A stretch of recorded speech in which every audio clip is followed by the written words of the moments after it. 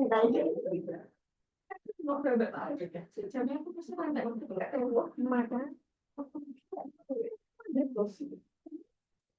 ada apa-apa. Ya kan, Mbak tuh pulang sama aku enggak sih?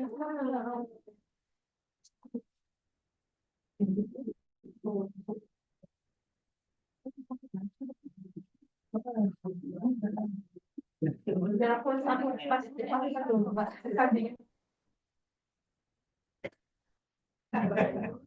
Kalau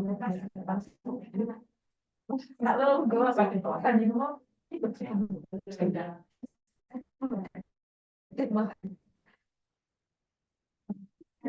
Mana saya? Aku yang untung aku ini. Tak kalah dari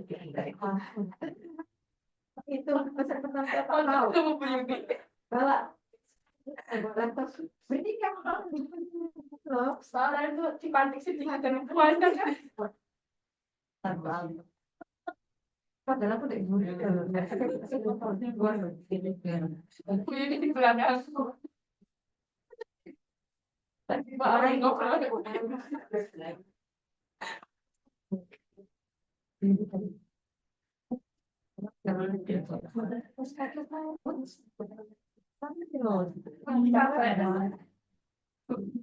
terus maksudnya kan di situ kan saya udah sama orang yang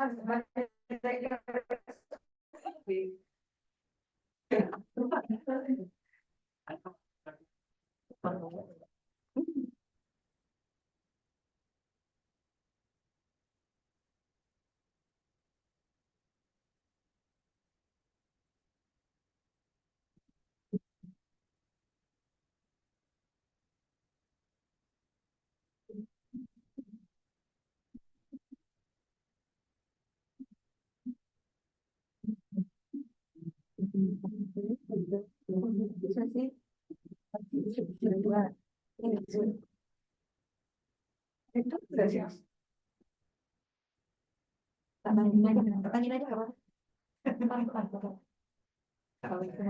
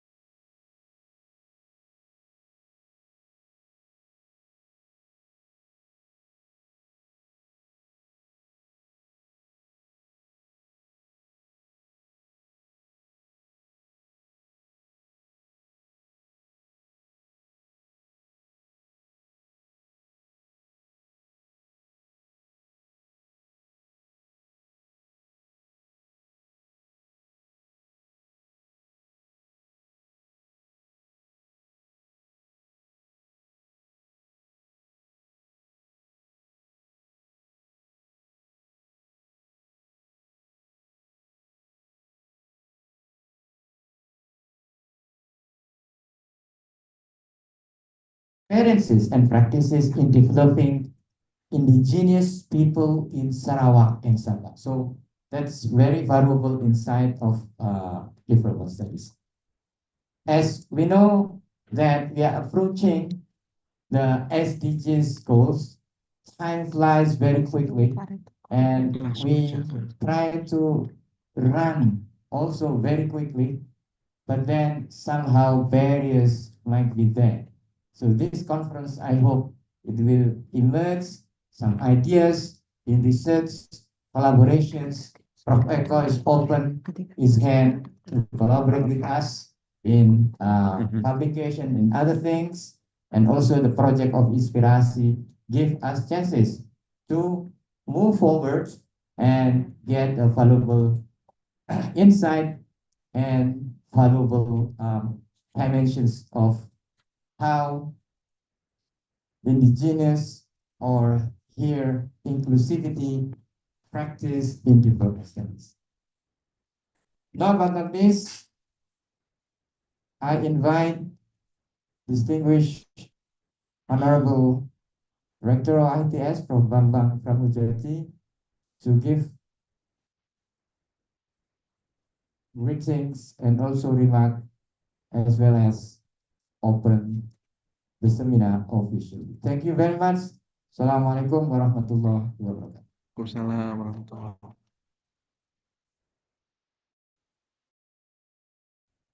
Thank you, Dr. Arfan Fahmi. And then the next welcome remark, I would like to invite the Honorable Rector of IETS, Professor Bambang Pramujati, PhD.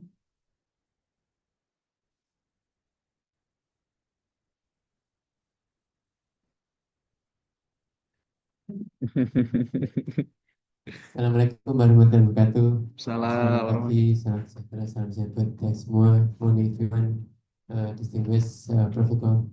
Ini saya pakai bahasa Indonesia saja. Ternyata dia itu kakak kelas SMA saya 1 tahun di Jogja, di UPM, sampai SMA di Basel. SMA di Bito kakak kelas saya. Terus Mister A7 dari saya 88. Akhirnya jadi bernostalgia tentang SMA. Tapi saya sampaikan dulu kok gak kenal, berarti beliau termasuk murid yang rajin, yang pendiam. Karena ayahnya guru kami, guru matematika di SMA kami, Pak Eko. Oh iya, iya. Termasuk murid yang anteng. Nggak usah. Ya, saya juga itu cara yang salah satu. Baik, yang saya hormati the head of department, sorry, the dean of Gravis, Vice Dean at the head of department, and then the lecturer, the presenter, and all participants of this conference. It's a great honor for me to be able to be here to open and to see the 5th International Conference on Global Development. It's this year the conference theme is promoting inclusivity in the development practices. This is the 5th ICODEV, and hopefully there will be many more conferences, the 6th, the 7th, etc., and it's going to be bigger and bigger every time. And thank you very much for having me here. It's a great pleasure, and thank you, Pak Eko and Pak Bilen as the presenter, as the keynote speaker of today's conference. And for sure, we are going to learn a lot from both of the keynote speaker. They have a great experience, and Pak Eko mentioned that's been in NTU since 2002, 2002, and US, yeah, Singapore, and from 2002. So it's been a while, and for sure he has international experience that's could be shared to us today, and hopefully we can learn from the speaker as well. And for sure, international conference or a seminar like this is a place or an event where we can learn from each other, and we can share our finding, our research, and also our experience to each other, and for sure to learn from one another. And hopefully this become one way from us, especially from the lecturer, to be able to publish in a reputable international journal publication. As we know, as a lecturer, we are obligated to publish based on a reputable journal, and this is one way for us to find idea, to share idea, such that we can write a good article in publication, and hopefully the publication that we have is publication that will have an impactful to our community. I guess that's what I'm going to say this morning. Again, thank you very much, Pak Eko, and the keynote speaker, Pak Linden, as well as all the participants of this morning conference. Hopefully, you will all has a fruitful discussion and enjoyable conference. By saying Bismillahirrahmanirrahim, the Fifth International Conference on Global Development is now officially open. Oke, selamat pagi. Assalamualaikum warahmatullahi wabarakatuh. Salam warahmatullahi wabarakatuh.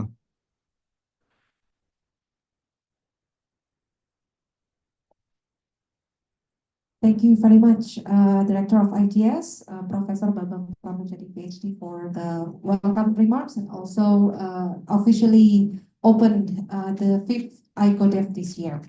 So before we continue the agenda, I would like to invite Professor Bambang Pramujadi to come up in front of the stage again, and also Dr. Elia, and also Dr.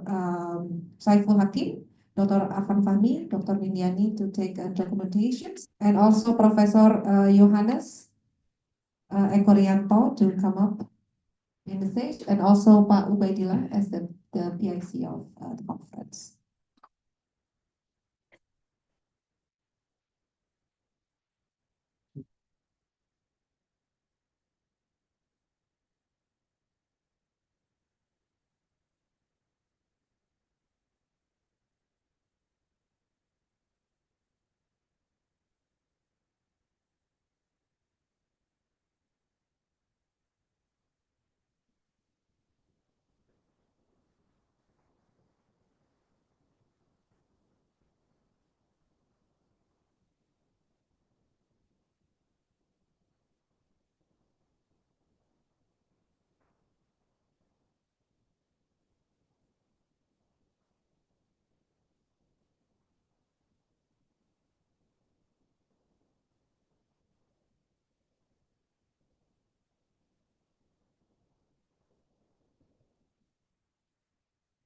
Yeah,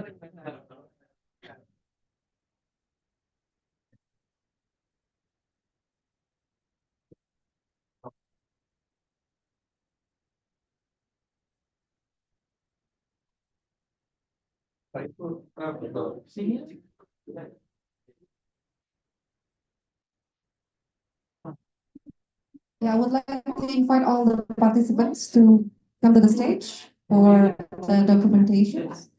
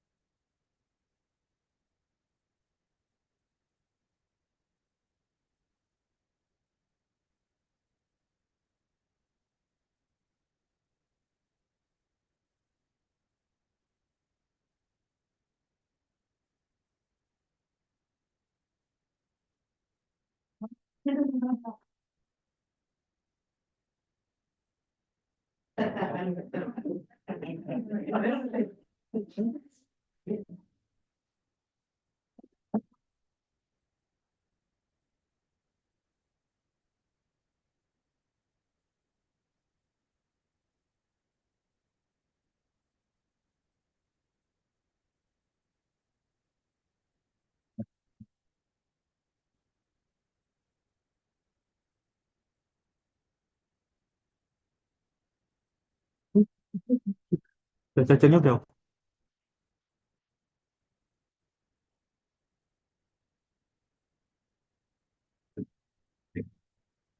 So, the honorable participants, so the agenda is a coffee break. So we will have a 15-minute coffee break. You may enjoy the snacks and coffee or tea in front of this room.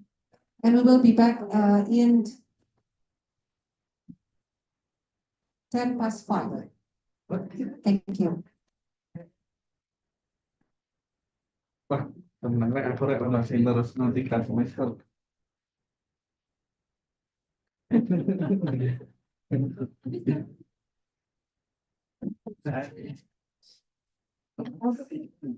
Ya, tapi kalau nggak tahu ada satu lagi. Sebenarnya Itu super. Memang ya.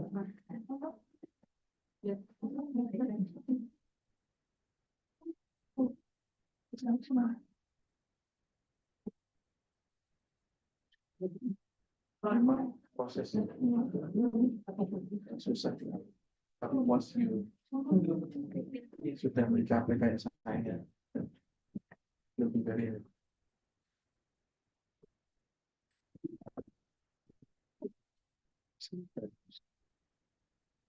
ini ketemu ya gimana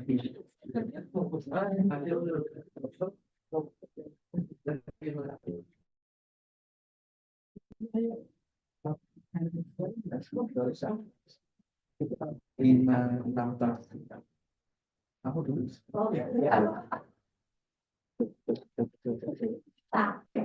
mending dulu apa mending sekarang maksudnya saya kan ngatur mbak berarti ngatur itu dulu aku sama dengan kamu jadi ya pak tapi saya rasa arahnya udah baik nanti ini 7 tahun lagi kita beres ya kamu kayaknya bakal kabur ini sebentar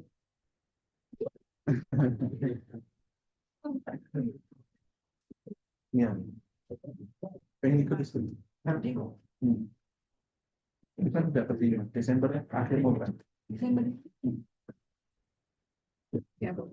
nah kalau aku diterima mulainya kan Juni itu nggak tahu ya kalau kayak gitu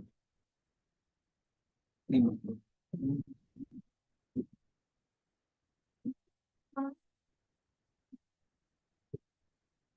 oh iya tak sudah konfirmasi ke saya tadi malam insya Allah nanti akhir ini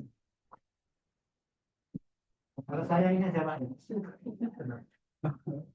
ya bareng-bareng lah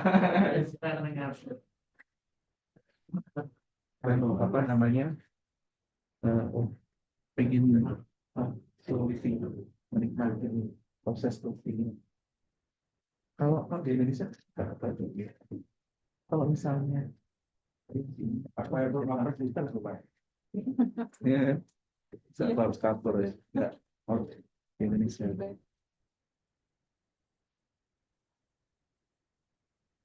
pasti ya sudah ini ya nanti tak balas seperti ini kalau kalian ada kontrol apa oke siap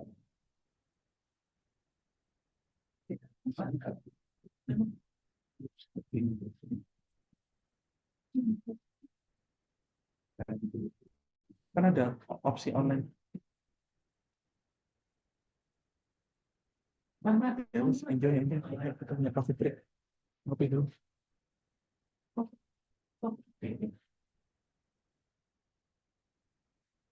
Mbak.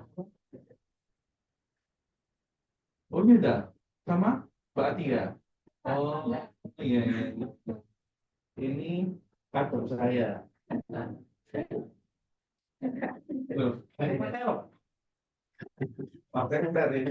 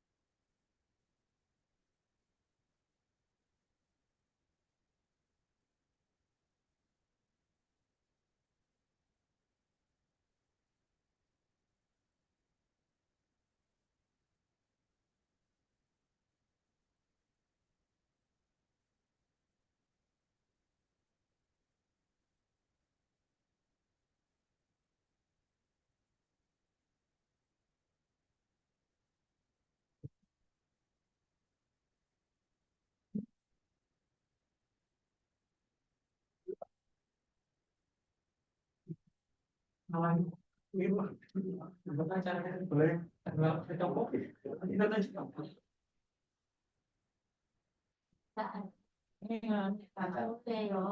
Apa anak itu?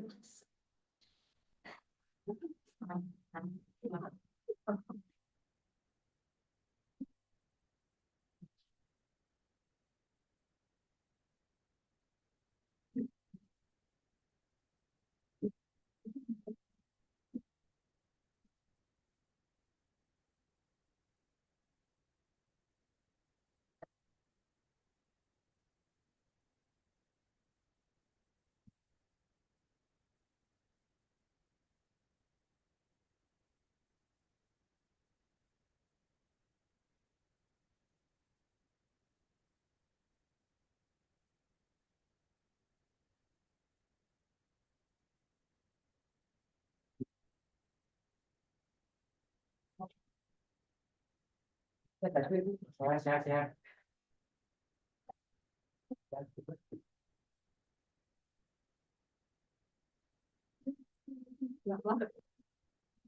Terbaik. Enggak. Dewan terbaik. Islam, Islam.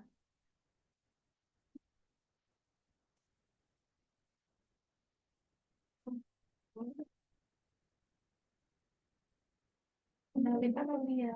Kepengen kita yang Islam. Banyak tuh yang dulu. Ya, Islam tuh di kebanyakan di Indonesia.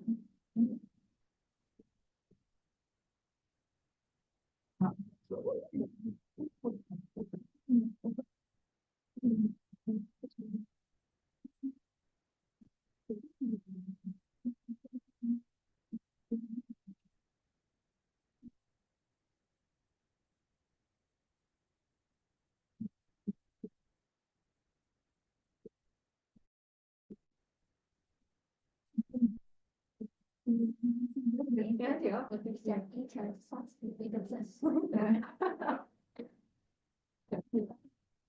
Kamu tahu ini kan laptopnya. Ya. Kita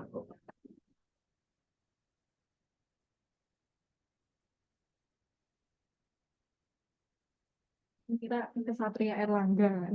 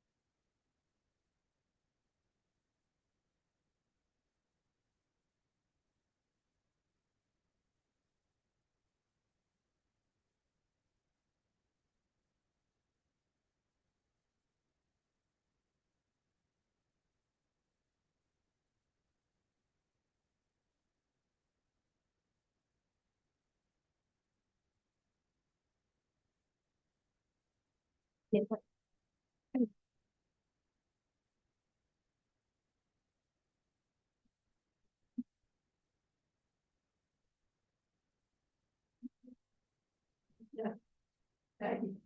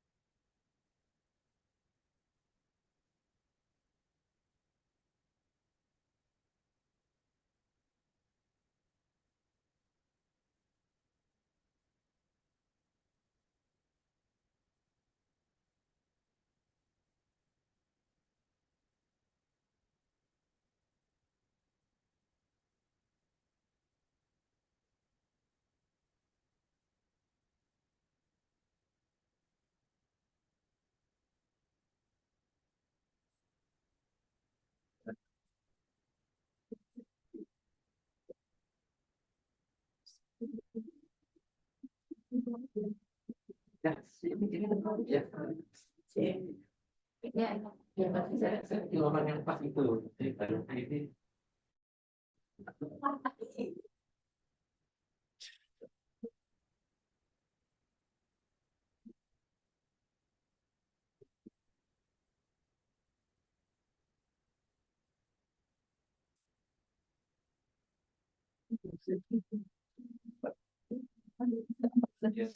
Nah, kalau saya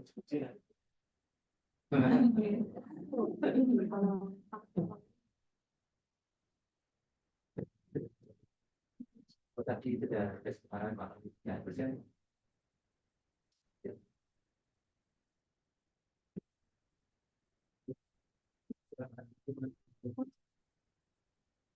Và juga sama-sama juga ada di mana kita buat kurang kulit kurang semalam bermasuk itu tidak ada untuk tidak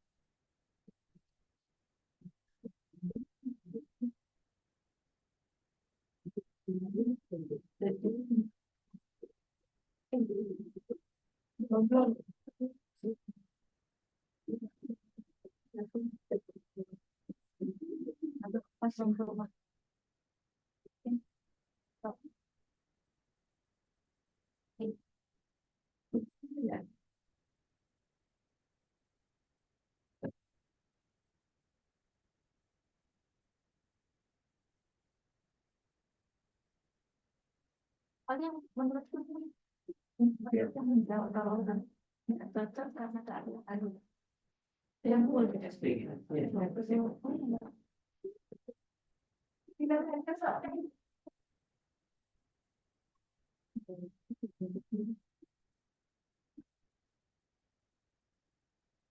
soalnya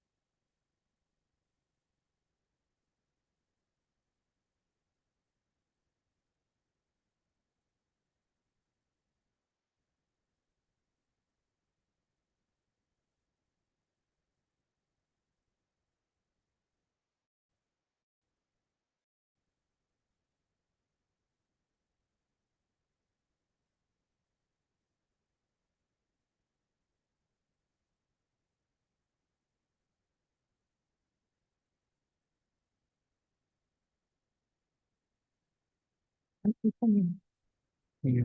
Itu udah agak penuh sekarang.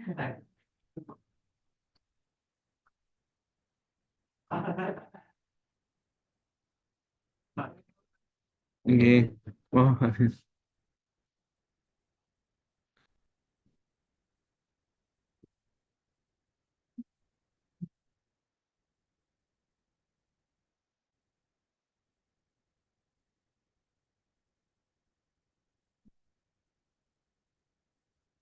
nanti Speakernya. iya, Enggak salah.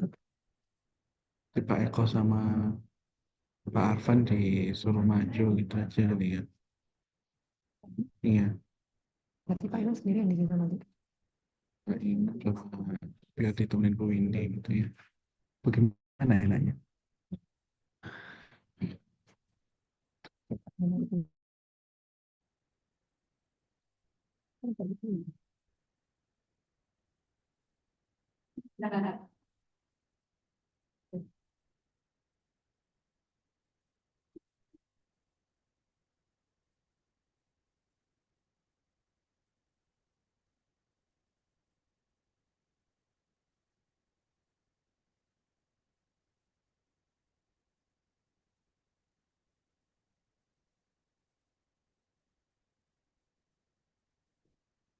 Ternyata konco berapa ya? Pak Rektor karo Pak Rektor.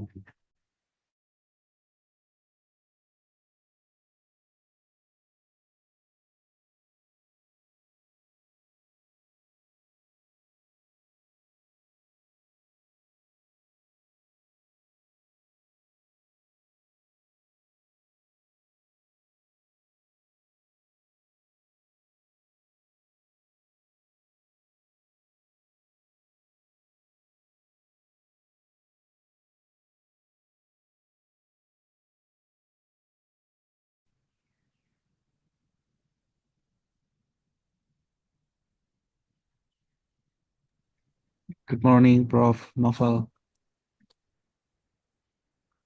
Assalamualaikum. Yeah, very good morning, Prof. Yeah, Yeah, yeah. thank you so much for joining us.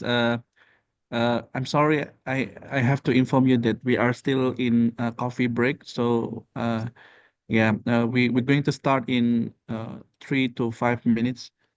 Yeah, sure, So, yeah, if you don't mind,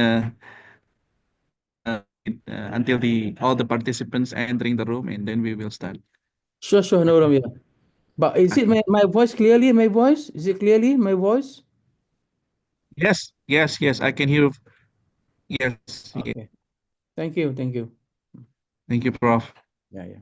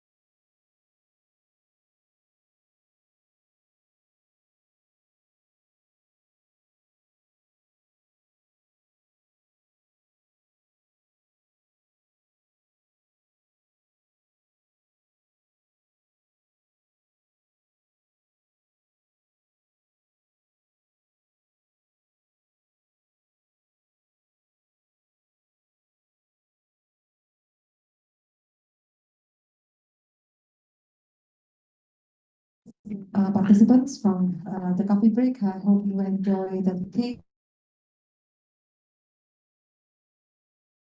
and the drinks online.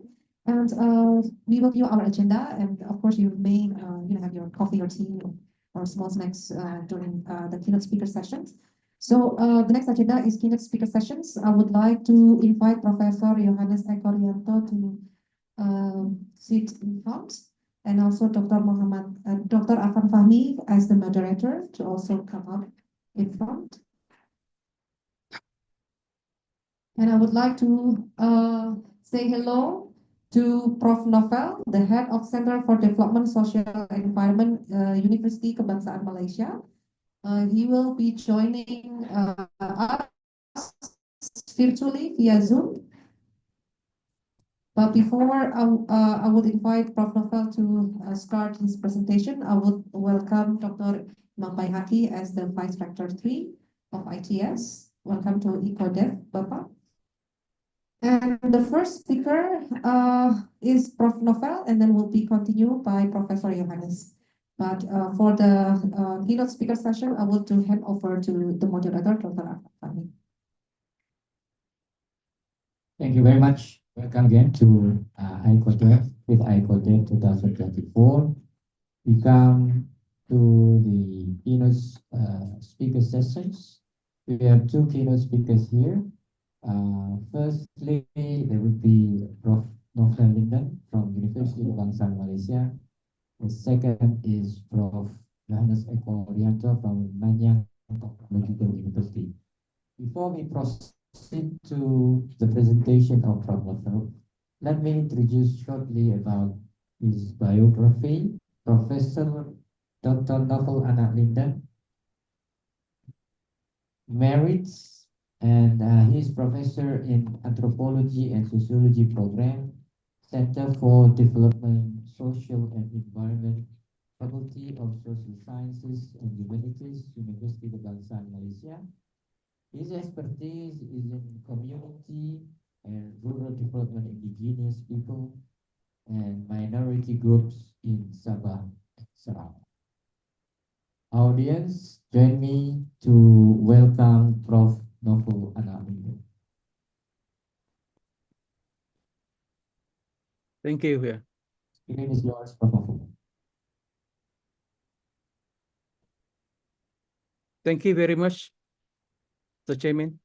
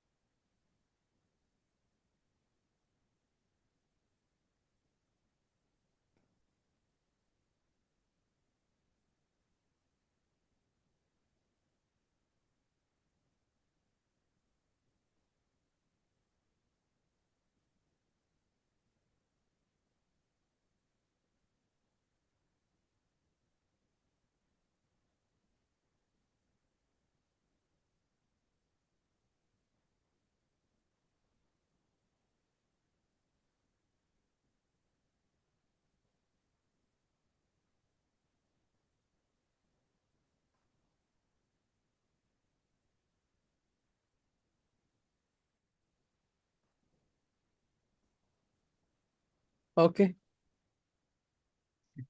Can we start now? Yes, Prof, please. Yes, please. Okay. First of all, very, very sorry because I unable to come to the conference venue due to certain problems. Yeah. But anyhow, that I hope that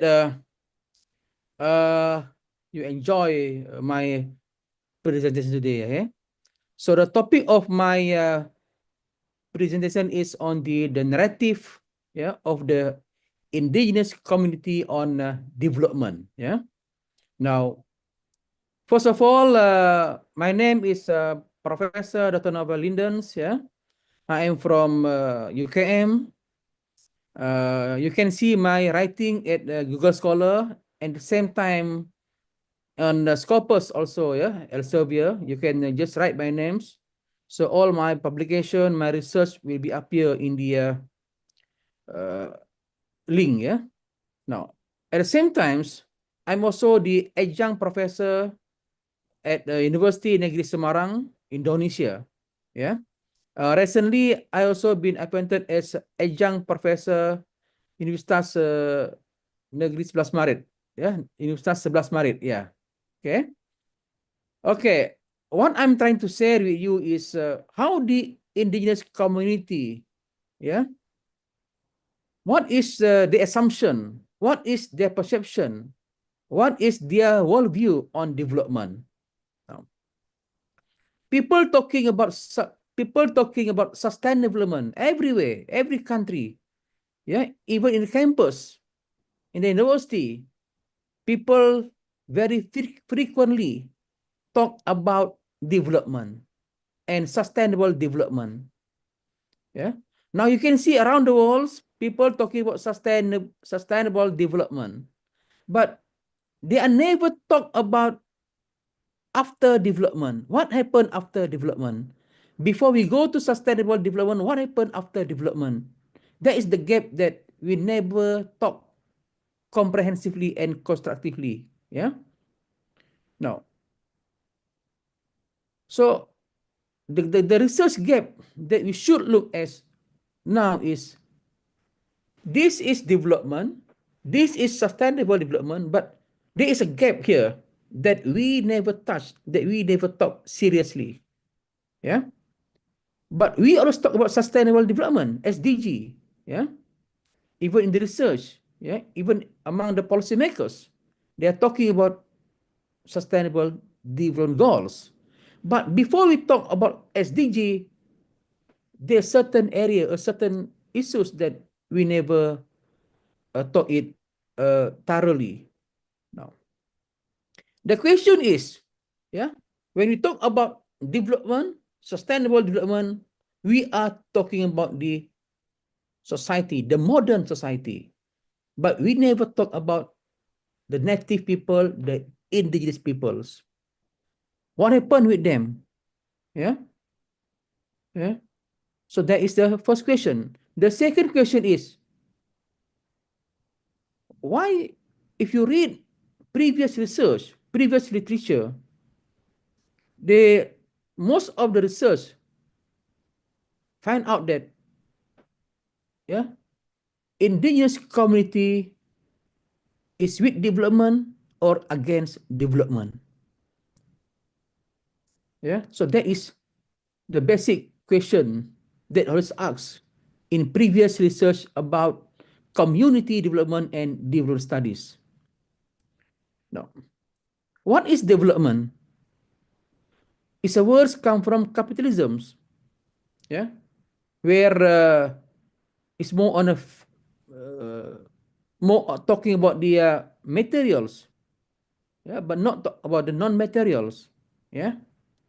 Now, for examples, in my research, yeah, in East Malaysia, yeah, I go to that area which I call the Penan peoples. The Penan is the Aborigines, yeah, or we can say in the short words, it's an indigenous community which they are staying far away, yeah, at remote areas, and it's hard, yeah, to go there and to talk with them because of certain barriers. For example, it's more on the physicals, road transportations, yeah. So there is some limitation, yeah. Now, when I using ethnography to study this kind of community, yeah, and I talk with them, they raise a lot of question. They mention about the lack of development behind development, and some says that they are anti-development. But when we go here, there and stay with them, understand their worldview, understand what they need, what they want, actually, they They are with development. But the way that we look or the way that we want to do our developments, the way we conceptualize the concept of developments, sometimes against their own philosophy, against their own relationship between nature and God. So this is something that very new that I found when I do this kind of research. Now, I also have students from Indonesia. They're talking about the land, yeah, land use, yeah, among the minority also, yeah. So the same issues has been raised up, yeah, about the marginalization, discrimination, yeah, alienation, segregation, yeah. So sometimes they do the programs that are not suitable for them, yeah. So the development supposed to be help them get out from the poverty, but it's some things that surprising me, yeah. The development not only help them, the assumption, so the development will help them from poverty, but it's a way around, meaning that the development make them worse, yeah. So that is the key question that I would like to share with all of you here, yeah. Because when we talk about community development, when we talk about developments, discourse, yeah, the question is how to bring these communities to mainstream development alongside modernism discourse. So the question is how you want to ensure that, yeah, the communities to the mainstream, yeah. Now, another issues of indigenous development is how to reconcile the cultural and human rights within the existing legal rights framework. Okay, now we're talking about development, then we hope that it will benefit the indigenous, but at the same times, we also have problems when we do the mainstream developments. Yeah, so a lot of things, a lot of problems has been raised up. Yeah, so that is, and then we have to play with the legals also. So the whole things should be looked thoroughly and seriously, not only using the development theory as a guidelines, but at the same time looking at how we should engage with them so that we can help them rather than we left them behind in terms of developments. Because development is, we can't deny developments, but what we should do is we should with development, but with some strategies, some framework, so that this community can work together and surrounding by the developments. Next. Now, so the mainstream rural development discourse in indigenous community is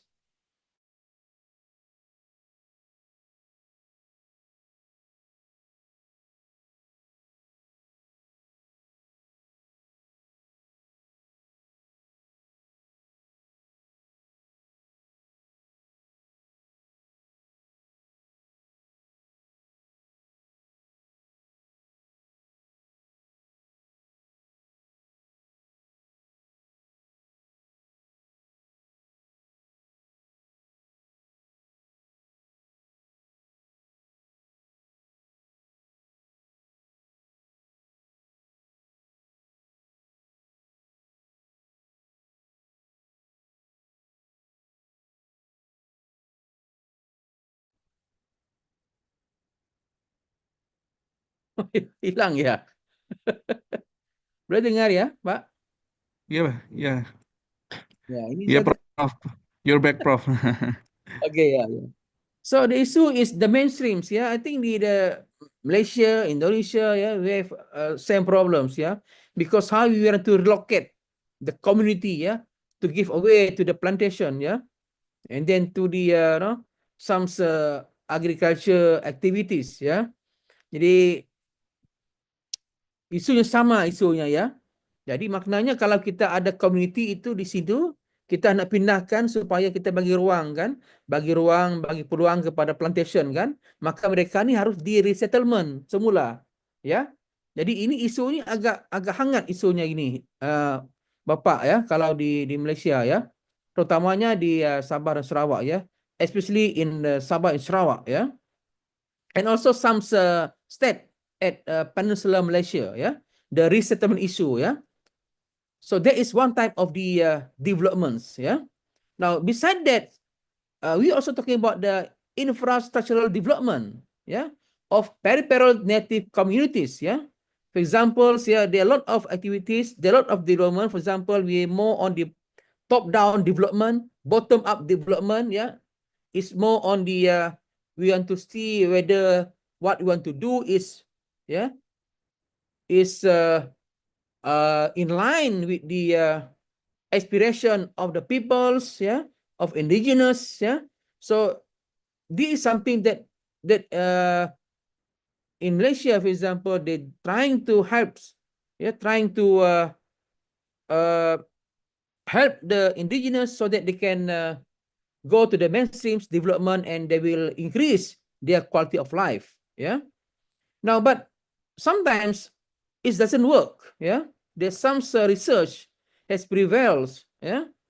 There are a lot of issues, yeah. For example, we trying to relocate them, but there are some problems, yeah. So akhirnya ini akan mencetuskan apa namanya konflik, ya, konflik di antara pemerintah dan juga dengan apa namanya dengan community indigenous, ya. Okay. Now at the same time also because when we talk about development, this indigenous, so indigenous have their own environments, yeah, but they were trying to go to absorb the ideas of development, so they have some barriers, yeah. That's why in previous research, if you look at the Peninsula Malaysia and Sabah Sarawak, for examples, even in Maori also in New Zealand, they have problems because it's hard for them to accept the ideas of development because they have their own cultural values, they have their own worldviews about life, yeah, about environments, because they assume that environment is the harmonious relationship between God, human, and nature. Yeah, it's a triangles. Yeah, okay. So that is the ideas that I think I should be highlight here also, that if you look at indigenous, the ideas of the development is totally different compared with the modern development or what we think about. Yeah. Now, what is interesting is that indigenous community are in favor of some form of development activities, but at the same time, they are against other forms of development. So meaning that before we do the developments, we should go there, ask them what you want, not what we want. So that is the basic principles, yeah. As what I found out when I do the research, because most of them says, ask us first before you do development. If you enforce this development, we will reluctant to accept this kind of developments. So meaning that there are conflicts, there are barriers between the governments, the policymakers, and also the peoples, especially the indigenous community. Yeah, because some of them are semi-nomad, yeah, they just move around, yeah, because what they feel about life is very simple compared with us, where we are talking about internet, we are talking about handphone, we are talking about everything. But for them, life is very simple, yeah. So that's why when these developments comes to their village, sometimes they accept, sometimes against the developments. Okay, next. Can you hear my voice?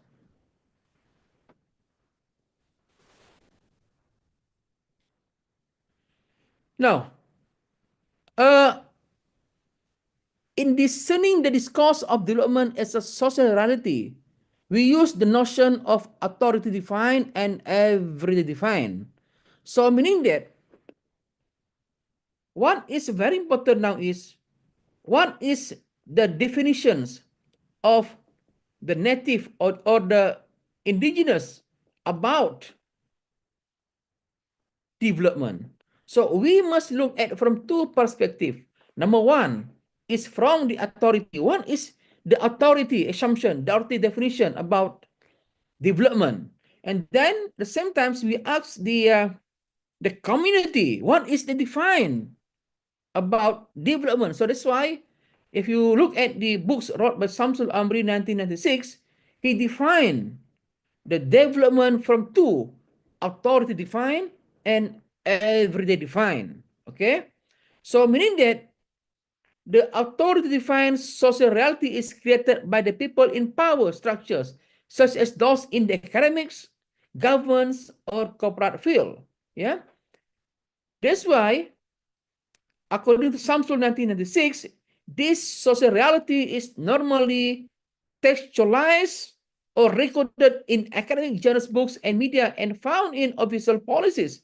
But if we look at the authority, defined and every defined, there are some gaps. Yeah, there's a gap between this defined. Yeah. Now, the every defined sociality is expressed by the people in the society. They define the development. They define the concept of development. They define what type of development for them. Okay. Now, this social reality tends to be orally conducted by experience, and it can be found in popular culture. Yeah. Now, that's why in this research, yeah, in these studies, yeah, we should look at their worldview. Yeah. What is the native? What is the indigenous? What is the minority worldview in terms of ecological, cultural, and identity of development, which cover nature and community interests. So that's why the every defined discourse provides an alternative understanding and contestation to mainstream authority defined discourse.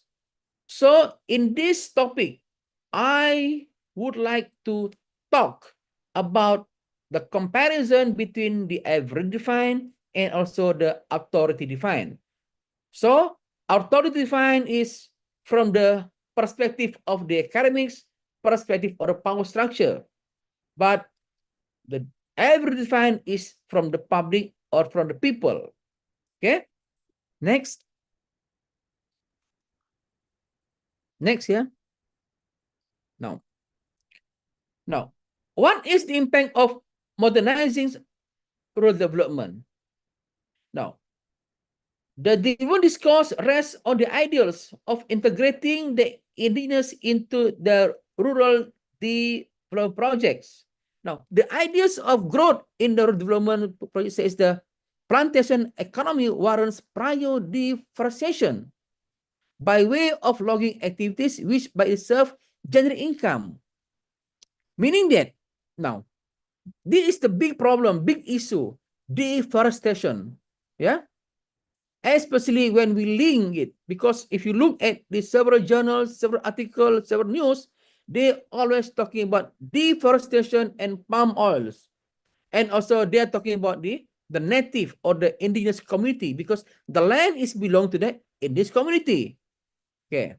Now, second one, the issues of poverty among the indigenous communities are often associated with the development policies and government policies then are too forward. Yeah. Thinking and living experience that goes beyond the indigenous community understands on quality of life. Now, this is, we come back to the notion just now, authority defined and every defined. Okay. So that's why if you look at my research findings, yeah, because my research location is at the East Malaysia. So this research has been conducted for 6 months, but I stay with them almost 1.5 months to learn about what they want, what they need, and to learn about how they structure the concept of quality of life and how they engage or how they react with the developments. Okay, next. Now the question is, this is the premise of discussion that I should put today. Do the indigenous community for development or against development? This is the thesis of the research. Yeah. Now, of course, yeah, education is a key aspect of social development that is able to transform the society. Yeah. Now, but the favored development that benefit their immediate material needs, such as provision of amenities and infrastructures, such as a better housing and also adequate space for house living. Yeah. But here's the problems, yeah, because when their land has been developed into plantation, palm oils, yeah, so they need a basic facilities such as recreation spaces, such as football field and open spaces for the children. Now, what is interesting here is, yeah, when we do a research, most of them go for development, yeah, but in certain areas they are against development. So now there's some issue also, yeah. It just, as I just mentioned just now, that education is a key aspect of social development. But if you look at my research, yeah, we have found that, yeah, for examples, there are one teacher in one long house, yeah, they told us that these indigenous send their children to school only to see them collect food and come back home. And then also children tend to get diverted by voluntary kinship activities and miss out on formal education because the relationship between the children and the parents are very, very close. Yeah. So that's why in certain area, yeah, the parents send the children go to school, but sometimes they will go back to home because they need to help, yeah, the activities, the agriculture activities, and help the kinships. Yeah. So that's why the lack of adaptability of the indigenous children, for example, in secondary school, which are often situated in urban areas, further hampers the likelihood of them progressing to higher levels of education. Yeah. Example, coupled with that is the sheer distance of the school, which are situated further away, meaning that this is their long house, but the school is far away from the home. Now, of course, they have been separated from the parents for a long period. So that's why sometimes the dropouts is a bit higher among the indigenous. Yeah. Okay. Next. Now, this is again development because this a question as to whether the indigenous are anti-development or, for that matter, resisting some of the state development projects. Hence, the question arises as to what types of development are they resisting? And additionally, why are they resisting development by the state? That's why we come back to the theory just now. Authority defined and average defined. Now, the unwillingness of the indigenous to part with their land for logging, plantation, dams, and road purposes is often viewed as anti-development because of the way of life is considered as backward. Now, however, the paradox that it is the so-called modern development comprised of dam development and palm oil plantation that have caused existing environmental problems such as siltation and river pollution. So this is why the environment's harm, yeah, the water pollution and loss of biodiversity, yeah. So the process of modernization and modernity has resulted in the society moving incrementally from a simple system to a complex system and the evolution of agrarian society to industrial society. So meaning that they have to change whether they like it or not. Yeah, from the agrarian to the industrial society. So they should adapt. Yeah, otherwise they will be left behind. Okay. Next. Now, this is the very important aspect that I would like to highlight today. The question is, should we neglected the indigenous? My answer is no. We should help them, but we should help them based on two perspectives. One is from our perspective, the other one is from their perspective. No. So educational intervention promoting literacy and skill training, this we should do it in a good manner. Yeah. Second, when small-scale farmers sell their produce at a bigger scale, they are able to earn more, save more, and invest in their businesses. So meaning that we should give them microcredits so that they can go for the big scale. Yeah. Third one, the community engagement with the community. We should engage with the community. Yeah. Fourth, we should also focus on the community empowerment because it refers to the process of enabling communities to increase control over their lives and communities. So it will imply community ownership and collective action that explicitly aims at social and political change. So that's why in this conference, we should look community development considers community members to be expert in their life and communities and values community knowledge and wisdom. It is not determined from outside the community, but it should be grows or emerges from within the community. Yeah. So meaning that because they have their own capital, they have their own social capital, they have their own social support. Yeah. So that's why the community capital that can be used as a gauge of how community resources are being used.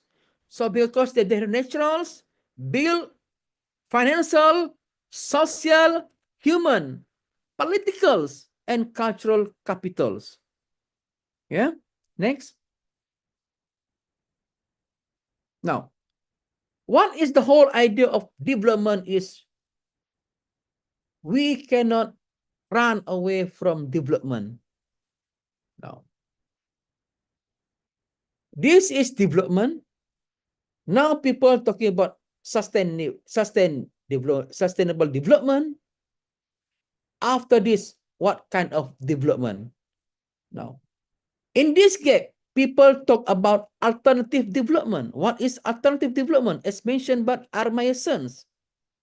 Because Armayason talking about alternative development. Yeah. Meaning that in alternative development, Armayason talking about the participation and the empowerment of the community. Yeah. So I think that's all from me. Yeah. So I really welcome any question. Yeah. Thank you very much.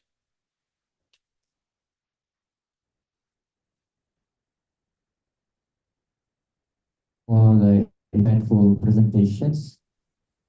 Audiences, please hold on a while because after this, we have another keynote speakers. That is Professor Johannes Eko Rianto from NTU Singapore. Let me just read very brief his biography.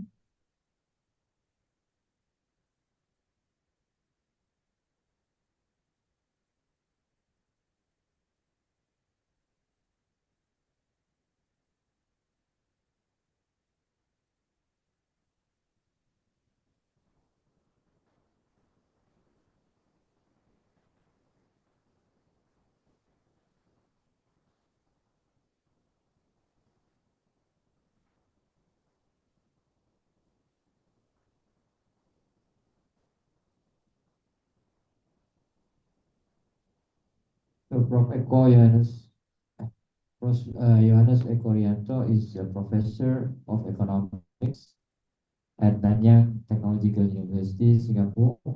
Before joining NTU, he was faculty member in the Department of Economics and the Faculty of Arts and Social Sciences, National University of Singapore, and a postdoctoral fellow in economics at the University of Groningen, Netherlands. He earned his PhD in economics from the Catholic University of Leuven, Belgium. And his research focuses on experimental behavioral economics topics. He utilizes control laboratory experiments to investigate how individuals make various economic decisions and how they are influenced by their preferences and beliefs. Let me to welcome Prof. Johannes Eko Rianto.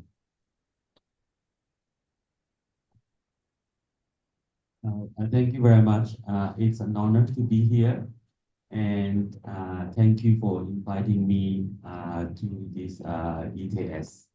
And I had a pleasant surprise this morning because I was sitting next to Bapak Rector, and it turns out that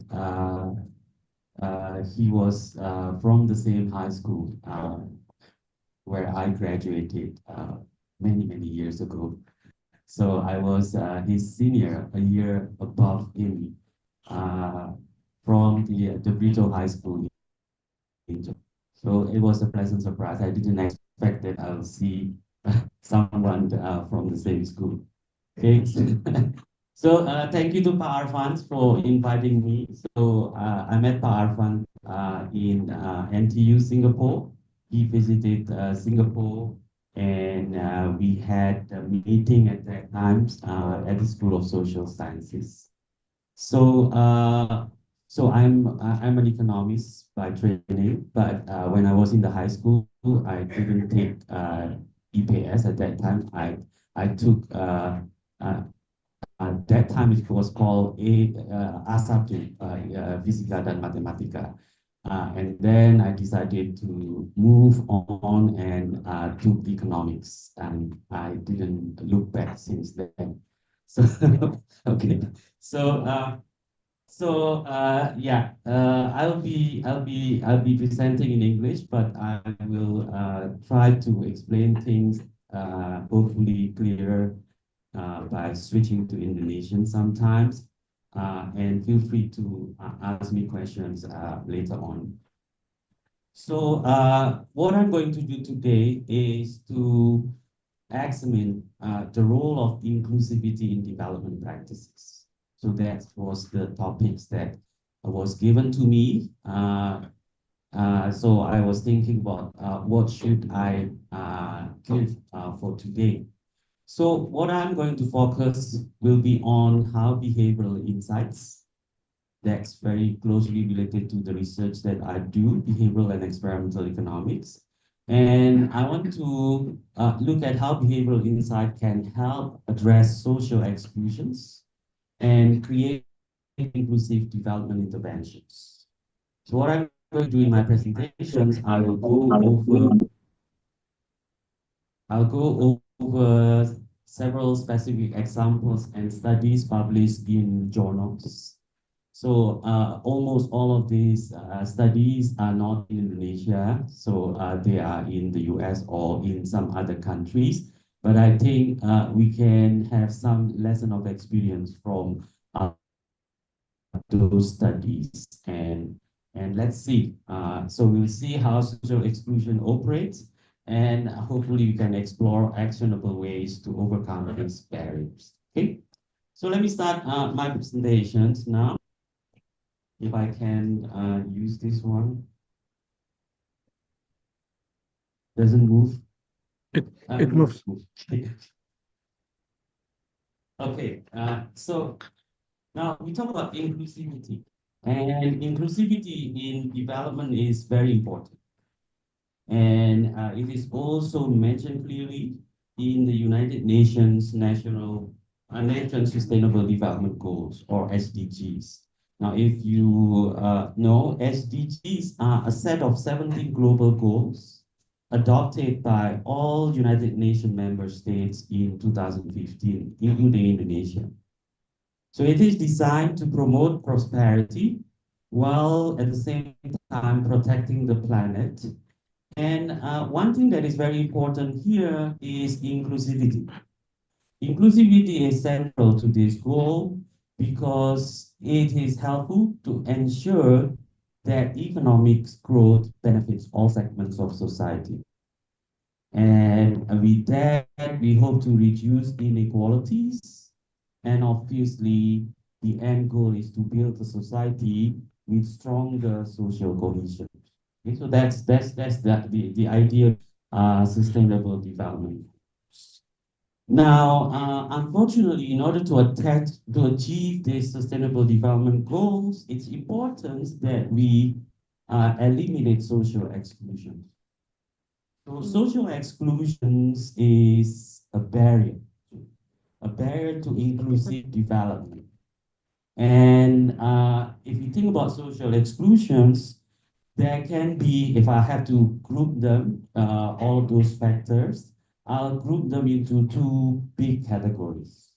So the first group, I will call that, if I can move on to the next slide, structural factors.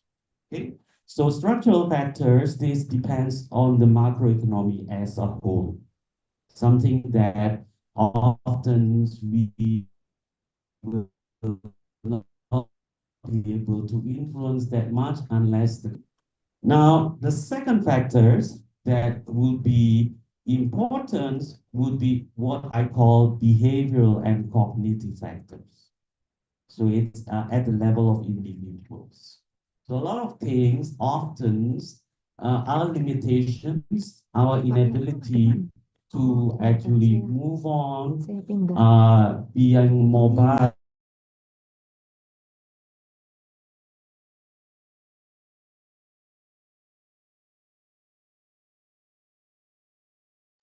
that would be the second important factor. Okay, so behaviorally, it is shaped by cognitive biases, social stereotypes, the way we see others, the way we treat others.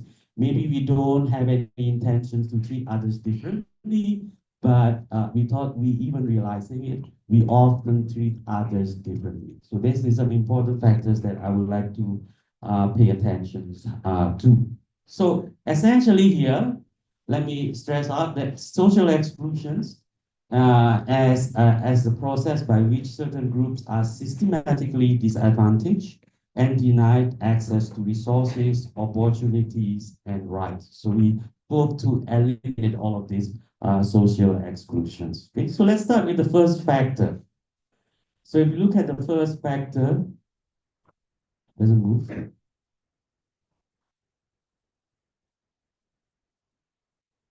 Okay, it takes time. So what I mean by structural factors, there are several examples of. The first one is poverty. So here I meant structural poverty. So poverty because of socio-economic shocks. So people become poor because of economic conditions. So this could lead to social exclusion. Okay? So all those poor people can be marginalized because they are not part of the main development process. So a structural poverty is impediment to inclusion. So this is the one factors that play roles in why we have social exclusions. Okay? But often another factor, structural factors, is deliberate policies. Okay, so not in Indonesia, but if we take lessons from other countries, there are many examples in which exclusion happens because of deliberate policies. Now, if you go to India, for example, so there the society is very much rooted in the caste system, casta. So if you are at the higher upper level caste, you will be treated differently from those people at the bottom.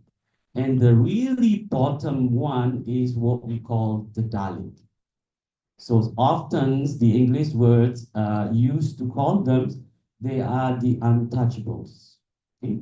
So they will not be able to go to the normal education institutions. They are marginalized. They are cast aside. So they really face very little opportunity. So they are not able to be mobile socially. So this is a deliberate policy. This is embedded in the policy, the government policy. So this one example. There are many other examples. Another good example is in Myanmar, for example, the Rohingya people.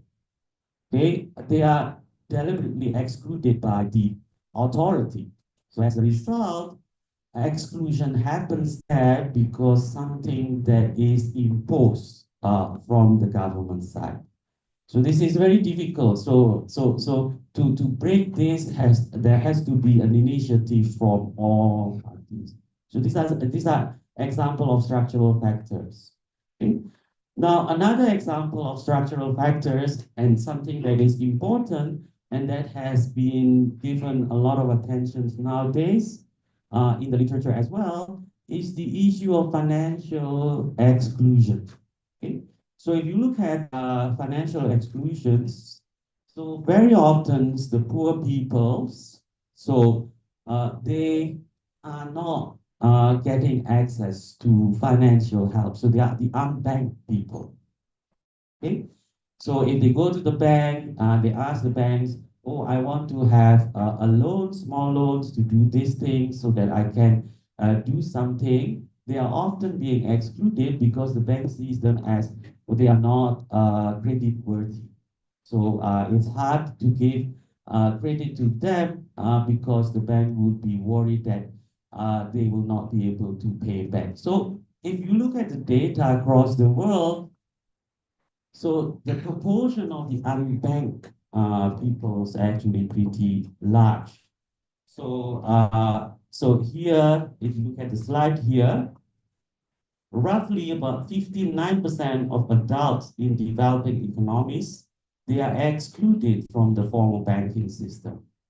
And then 77 of adults actually earning less than $2 a day. And 11% in high-income economies also. So financial exclusion is important. So the question here is, how can we solve, how can we have a system in which we can actually help those people who cannot be reached by the formal financial institutions? So this is also another factor that cause exclusions, and it's important factors. Okay? Now, the last examples is, of course, geographical and infrastructure demands. So these are the things that often beyond our control. So those are the first group of factors, structural factors. Okay? So if we want to discuss those, that will take a lot of time. So I'm going to focus on the second factors. So what I'm going to focus on is on the behavioral and cognitive factors. Okay. So there are several examples of behavioral and cognitive factors. So I'm going to go one by one to this example. So what do I mean by behavioral and cognitive factors? So I mean that often when we treat others, when we meet others, when we interact with others, we have certain biases. We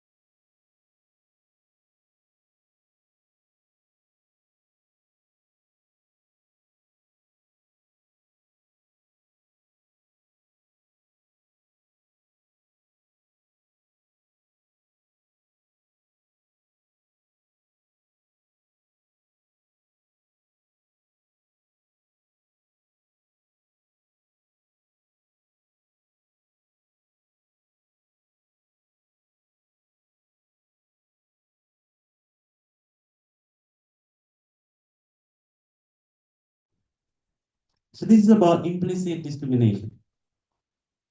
Now, the next example, if I can move on to the next slide. Um,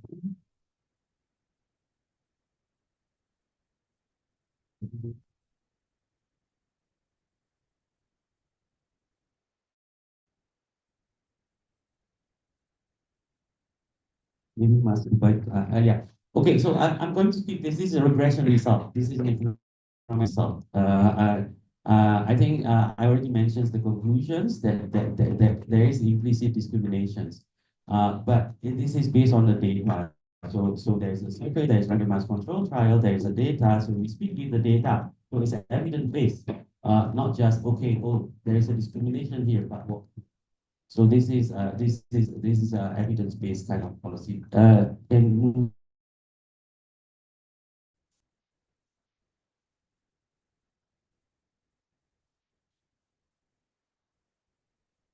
okay. Now, here's another interesting example. And this one is actually in French, in Europe. So this is by Global Palais and Pariente.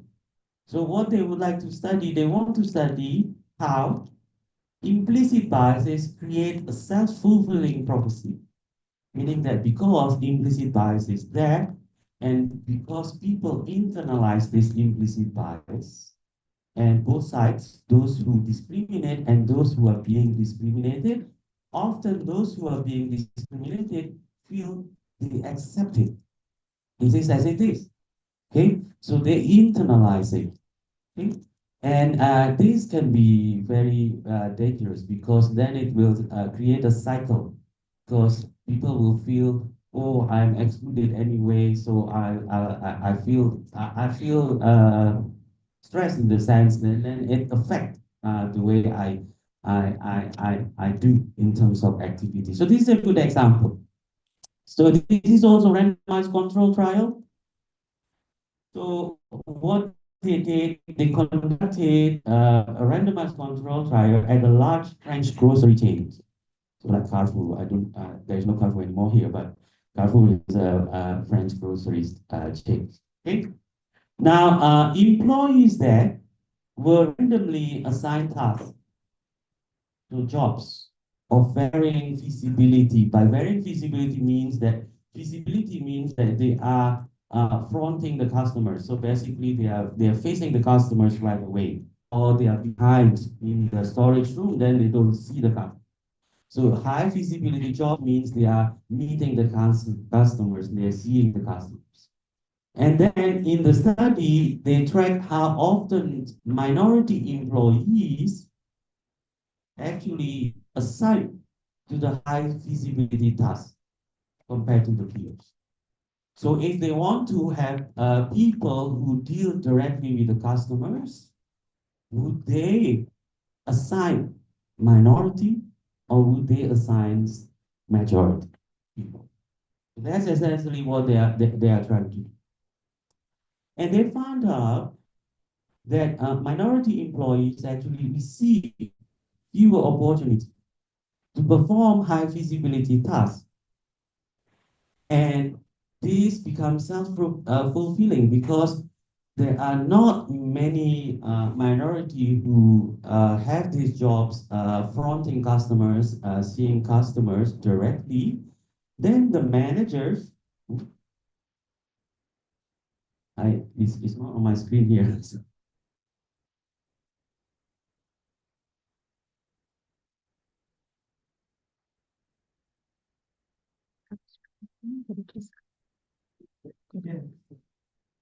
I don't see, I cannot.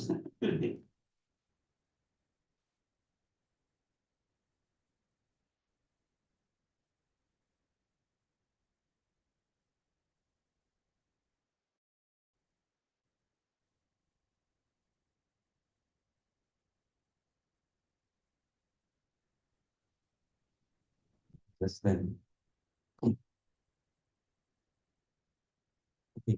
Okay. Should I stand here or should I stand? Either way is fine. Okay. Uh, is there any pointer? Okay. Okay, so what they found is that the minority employees receive fewer opportunity to perform high visibility tasks, and because managers who evaluate them don't see this minority dealing with the customers directly, it's strengthened the manager's bias. So the managers who don't see a lot of examples in which the minority actually meet with the customers directly. So because of that, because they are assigned to the job behind the desk, not meeting the customers, as a result, fewer minority actually meeting the customers, and the managers somehow believe that, oh, I don't see, so they are not capable of meeting customers. Okay, so it becomes like a vicious circle. So first, there is a discrimination. They are not assigned to the high visibility job, but because they are not seen with the customers, the managers somehow change their perspective, although they are the one who assigned them. So they say, oh, I don't believe that they are capable of meeting the customer. Okay? And that reinforce managers' perceptions of lower productivity. So here's an example in which implicit bias or discrimination can create a vicious circle, self-fulfilling prophecy in workplaces, and this can limit opportunities for minority employees and actually make discriminations even worse. Okay? So here is a nice example here. So I'm sorry for the other side, but I'm just going to look at this stuff. So there are two graphs here. The left one and the right one. The left one here is the graph for the minority workers. The right one here is the graph for the majority workers. Okay. Now, the vertical axis here is their performance. Okay. Then the horizontal axis here is the degree how the manager is biased, racially biased, implicitly biased. So 0 means neutral, negative means less bias, positive means more bias. They're more biased. Okay. So what do you see here? So because they are biased, those managers who are very biased and they discriminate, it affects the minority performance. Their performance becomes worse and worse. There's a negative slope here. So their performance is actually worse. The more biased the managers, the worse their performance is. You know, because they are being discriminated and they accept it and they say, okay, that's it. So, and then it motivates their work ethos, work spirit. So they are not really motivated to work hard. This doesn't happen for the majority workers. Okay, so in fact, actually, this is very different from the minority. So this is an example in which you see that we don't realize that we treat others differently. Implicit is unconscious, but the person who is discriminated internalizes it, and as a result, it actually constrains their growth. Okay, so there's an example. There's a barrier to inclusions. So here's another example. This is very a nice example. This is related to the first one. So when they internalize, they stereotype. Oh, I'm not capable. Because I have been treated differently, I'm discriminated. So the more I'm treated discriminated, the more marginalized I am, the more hindered in Indonesian language. So I'm not confident. So I'm maybe not really that good. I'm maybe not really that capable. Okay, so it creates self-stereotyping, self-censorship. Okay, so this is a very nice example. This is also randomized control trials. Nowadays, a lot of evidence-based policy relies on randomized control trials. Okay, so this one is about stereotyping and self-censorship. So showing how individuals internalize societal expectations, limiting their ambitions, and reducing their self-confidence. Okay, so this study was published in American Economic Review by Hoff and Pandey and was done in India. So the idea is that social norms in India can actually create a lasting divide between castes. In India, casta is so important in life. Okay? So it's affecting self-perception and ambitions. So what they did, they evaluate how caste identification. If in the classroom, you are being reminded that you are from the lower caste, compared to a classroom in which the students are not reminded that they are not lower caste, would there be any difference in terms of productivity, in terms of the performance of the students? Okay, so how would this impact student performance? So this was done in India. The participants, there are 321 Indian students aged 11 to 12 from different caste backgrounds. Okay? And they were randomly divided into three treatment groups, two treatment. The first treatment group is caste anonymous condition. So this is a baseline treatment, the control group. So here, no mentions of caste. So these students are going for testing, examinations. Okay? So those students in the caste anonymous conditions, there's no mention of caste before they do the testing. Okay? The second treatment group is caste acknowledged conditions. They're being reminded that they're coming from the low caste. Okay? And they were and basically prior to testing. Okay? And then after that, compare the performance on identical tasks. The tests are exactly identical. So the only difference across these two groups is just in one groups, they are reminded that they are coming from different castes. In the other groups, no information. More inclusive kind of an environment. We don't mention where you are from. Okay? So, and here's the next part. So self-stereotyping actually perpetuates economic inequality. So individuals internalize societal expectations, and this affects educational outcomes. So let me explain the graph here. So if you look at the graph here, the left-hand side of the graph, so the vertical axis here, they are given the test. So May says here, this is the name of the test. So they are measured by how many tasks they can solve. Okay? And then on the horizontal axis here, there are three groups. Actually, there was one more treatment group which I forgot to mention. So the first group is the control group, the anonymous. The second one is the group that has task revealed. Okay? And the third group is a single caste class.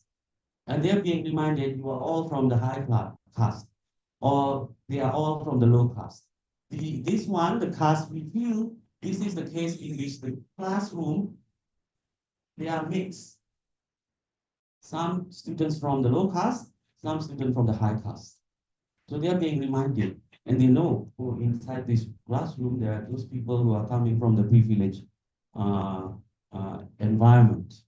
So you see here, in terms of the performance, the difference. The closer they are, the more similar the performance.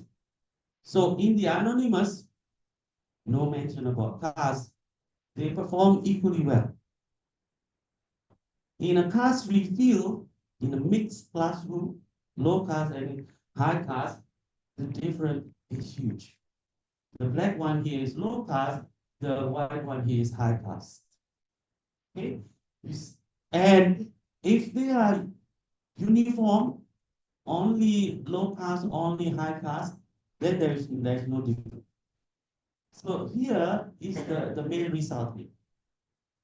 So often, if we want to encourage inclusivity, we should start from the classroom. So we need to mix them, let them mix together, but no need to remind them that, so they are one. They should be consider themselves as being one. Otherwise, if they are keep being reminded that they're coming from the marginalized society, then it affects their performance. They perform much worse than the other group, as what we can see here. Okay? So that's why it's interesting. Here's also another example. So this is also randomized control trial. So evidence-based. This is also done in India, RAO 2019. They evaluated how exposure to diversity, so being integrated with poor students. This one is no longer caste, but poor and rich. Okay, so see whether that has any impact or not. So in 2007, in New Delhi, the government mandated, this is a policy of the government, that 395 private schools, not public school, private schools, they will have, because these private schools, their land, they lease the lands from the government. These are government lands. The schools are on the government land. Okay, so these are private schools. So because of that,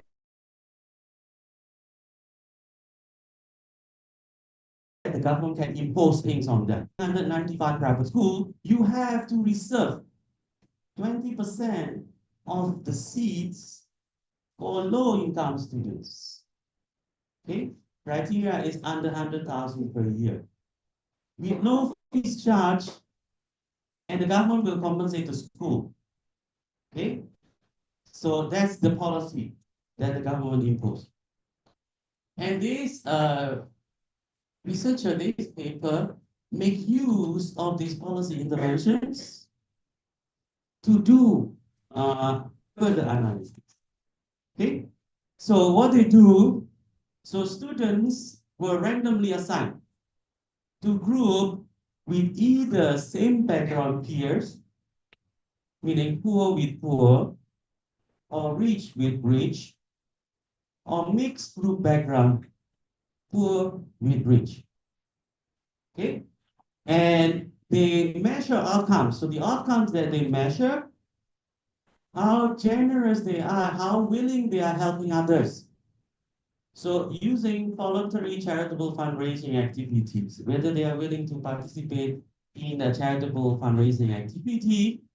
Second outcome variables, how they see others, whether they are discriminating others. So there are discriminatory attitudes towards peers from different backgrounds. Okay, so here, sorry.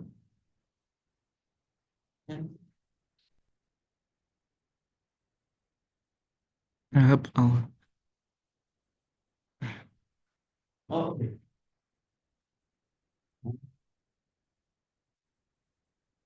Okay, so let's go to this panel here. So there are three different colors: green, yellow, and red. Green are control schools. This delayed treatment school. I just focus on the green and red. Okay, so these are treatment school, control school and treatment school. The green is control school, the red is treatment school. So the horizontal axis is the grade. This is SD, primary school, grade 2, grade 3, grade 4, grade 5. The policy from the government was imposed, the reserved seats was imposed for grade 2 and grade 3, not for grade 4 and grade 5. Okay, so the policy only for grade 2 and grade 3. Now what you see here, for grade 4 and grade 5, there's no such policy. Of course, there is no difference between control school and treatment schools. But if you look at grade 2 and grade 3, because the policy is implemented for grade 2 and grade 3, there is a big difference. So the green one is lower than the red. It's the green one lower than red. For grade 2, the green one is lower than the red one. For grade 3, the green one is lower than the red one. So this is percent given. So this is the generosity, how generous they are, how willing they are helping others. You see, if they are exposed to people of the other groups, they are more willing to be tolerant. Okay, so that's a good thing. So here, having poor classmates also increases volunteering for charity. There's a big difference, red and green. Not for this one because there's no treatment. And here's the last one. There are discriminatory attitudes. So between the green and the red, so you see that the green one is on top of the red one. So in the in the treatment school, when they are mixed, they are less discriminatory against others. Okay? So this is a nice example. Inclusion can start from all levels. It can start from the school, from the education, from the primary schools, all the way going up. You need to have that kind of things from early on. So this is an example in which it's important to fight that self-stereotyping and self-censorship.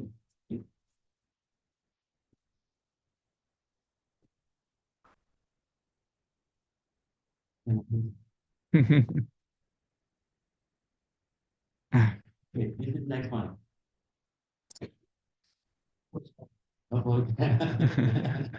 Yeah. So this is also a nice study. This is by Mani Molaina, Tan Shaku, and Chow. If I remember correctly, this paper was published in Science. In Science. Nature or Science? I think Nature, sorry. Nature. It's Science. This one is published in Science. Okay, so the idea of this paper is to look at cognitive ability. So sometimes cognitive ability is measured using IQ tests. The question is, what is the relationship between cognitive ability and poverty? Is it because people are poor, so they don't have money, they don't have resources, and as a result, they are cognitively less able compared to those who are rich? Or is it the other way around? When they are poor, they have all other things, thousand other things that they have to think about. As a result, this affect their cognitive ability. So is it cognitive ability that makes people poor, or is it a poor condition that makes people have low cognitive ability? Okay. It turns out from this paper, it's actually we need to think twice.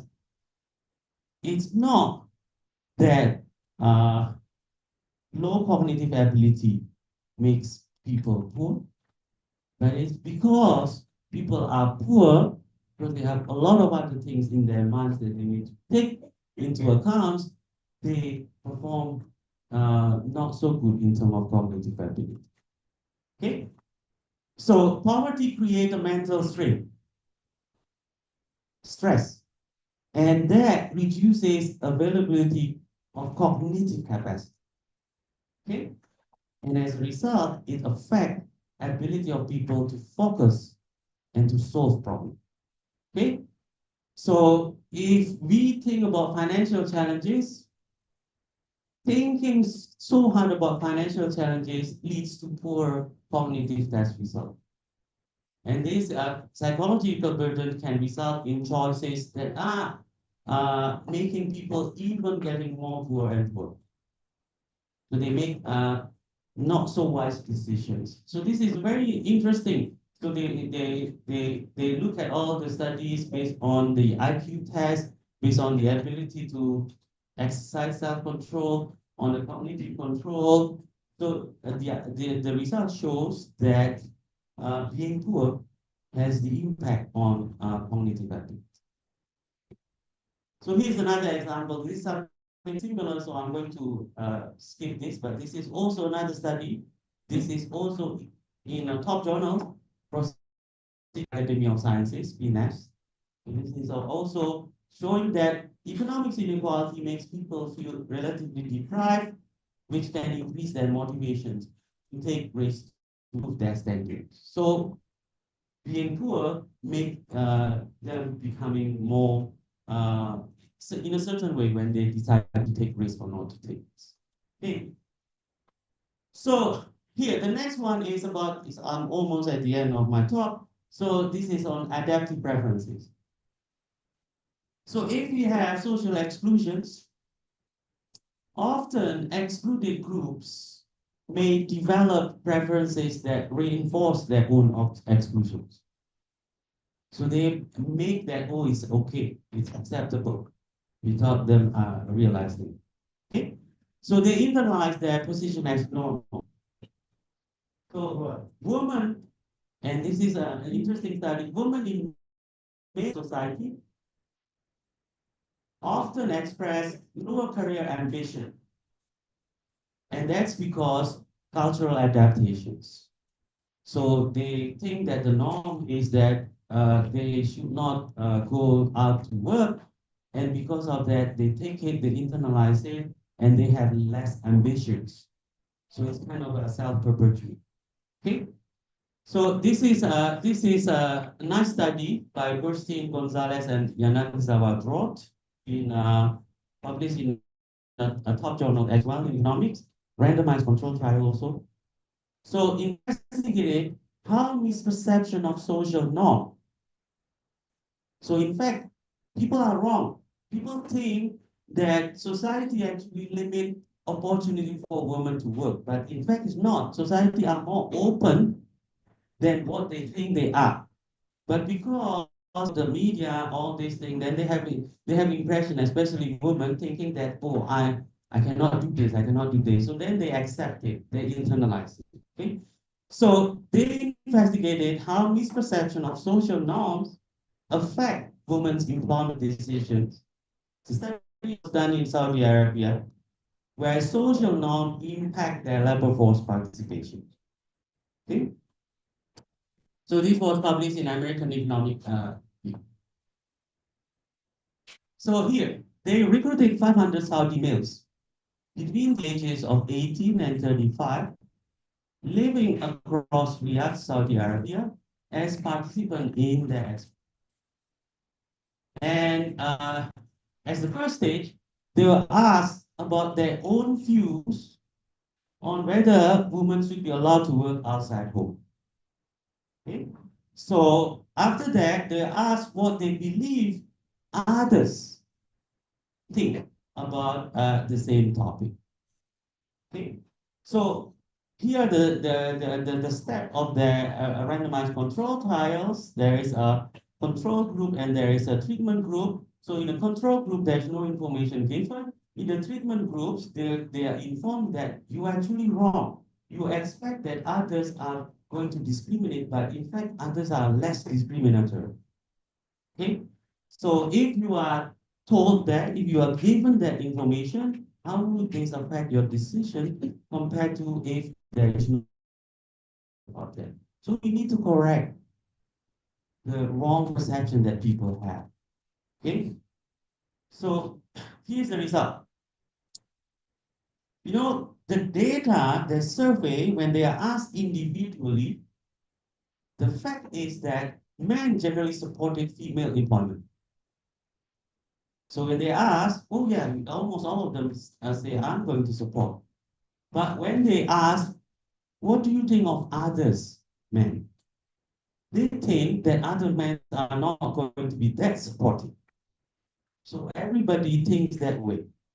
So somehow they themselves are supportive, but they have an impression that the society are not supportive. Okay, so so this is the result. So this means to summarize, this means that they don't have any bias, so they are supportive. So here's the result.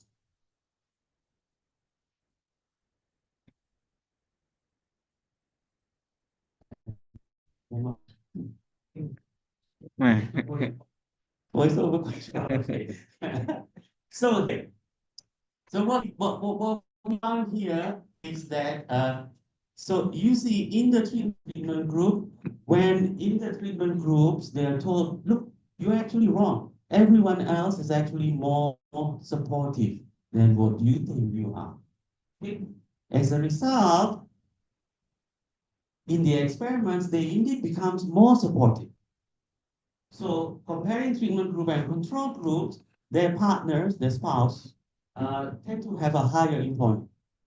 Those mean the treatment group than the control groups. So it's improved in a way. So this means overall that sometimes we need to correct the wrong belief that people have. Okay? If you don't tell them, they don't know, they think that the society is not supportive. But in fact, society can be more supportive than what you think. Okay. So the next one on the adaptive preferences is the same thing. I already showed you this graph before. So let me just conclude. So I hope to be able to convince you that there are two factors that affect social exclusions or inclusions in that case. Okay, so the first one is structural, poverty, all of those all of those cases that I mentioned, but deliberate policy of restricting access to certain groups. And the second one is behavioral and cognitive. It's all start with us. Okay? So behavioral economics highlight cognitive and social mechanisms that maintain inequality, which we often overlook in traditional economics approaches. So we need to address biases, encourage ambitions, provide support. We need to think about behavioral intervention that can foster inclusivity in development. So inclusive policies and programs informed by behavioral insight are essential for achieving equitable and sustainable economic growth. So where we have inclusions and we include everybody else. So that's it. Thank you very much.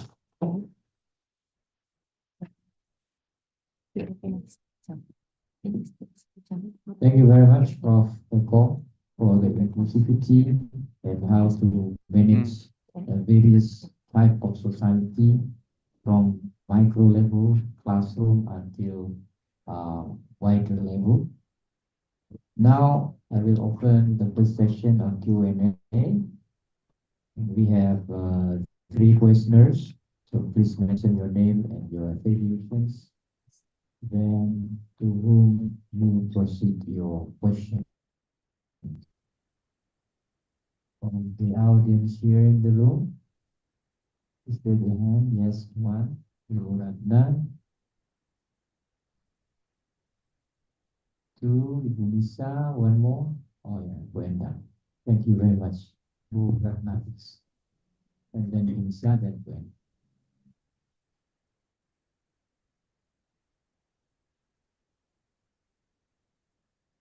Okay, thanks for the opportunity given to me, especially given to us. I have direct question, and my first question is directed to Professor Dr. Novel. But after that, I also have two questions for Professor Eko, so don't worry. My first question, first is my first impression. I really impressed with your presentation, Professor Novel. This fit with our need because our department is development study, and hopefully this will improve or increase our horizon. Okay, so my question is, what concrete and not abstract action can be raised by government to involve indigenous people to the country development?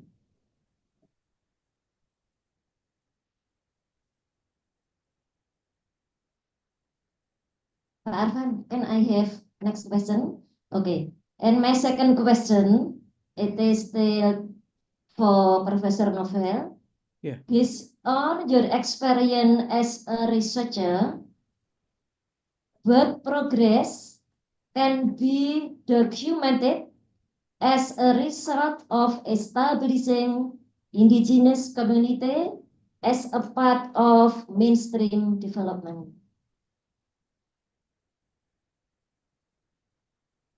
Okay, yeah. Okay. Okay, thank you for the question. So one another from Puratna to Prof. Eko. Next question is for Professor Eko. I am very happy because before I ask Professor Eko questions, you already answer my question. But don't worry, Prof. I changed my question. My first question, why do you think that some people do exclusive practices while the world is actively promoting inclusivity?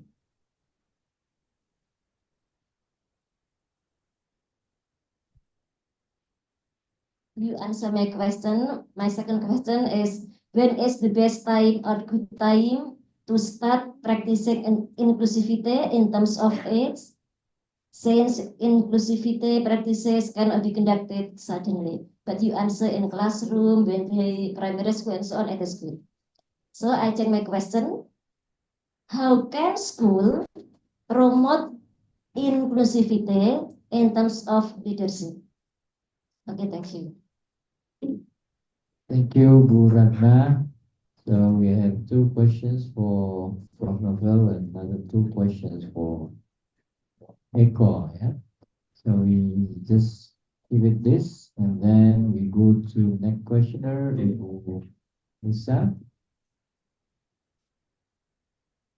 Okay, thank you very much for the opportunity. I want to ask about to Professor Eko about the inclusive intervention, especially the case that you have already mentioned before about the Indian caste.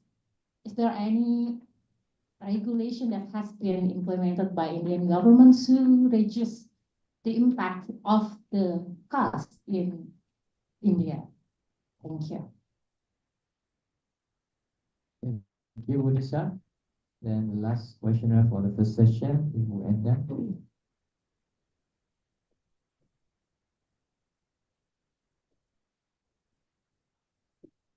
Thank you, Pak Arfan, for the occasion.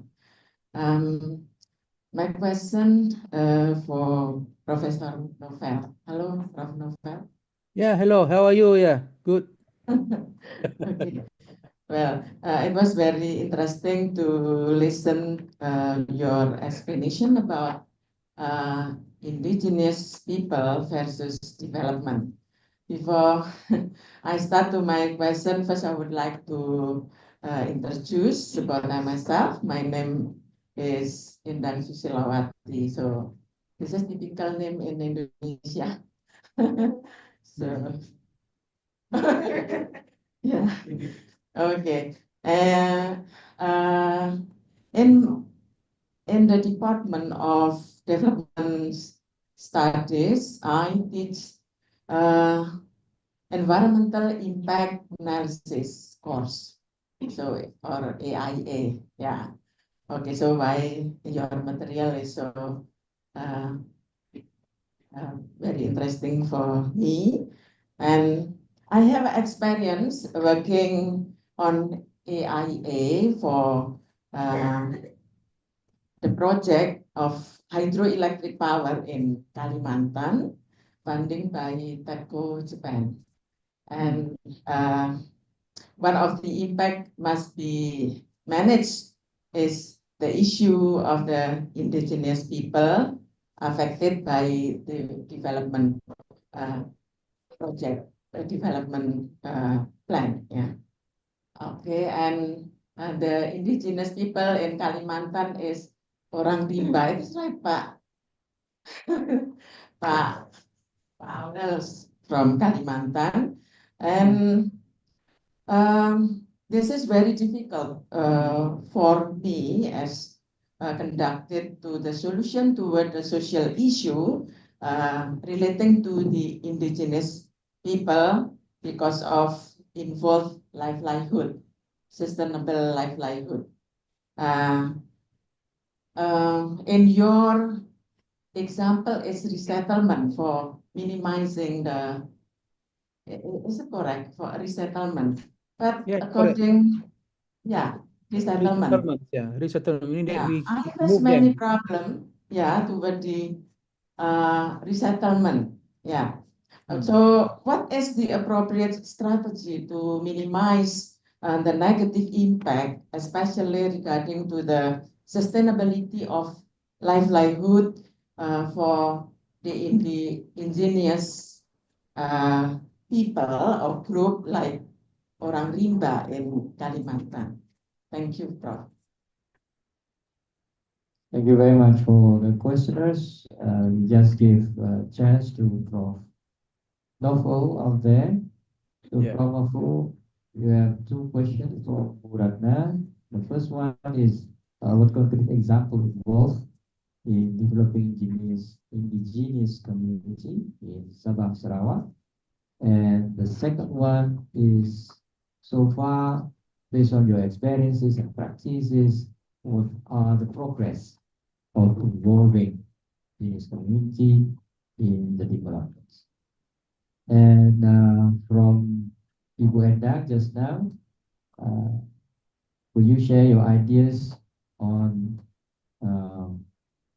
promoting development for indigenous community in case projects are put here and the impact assessment made and it needs to resettle their dwellings.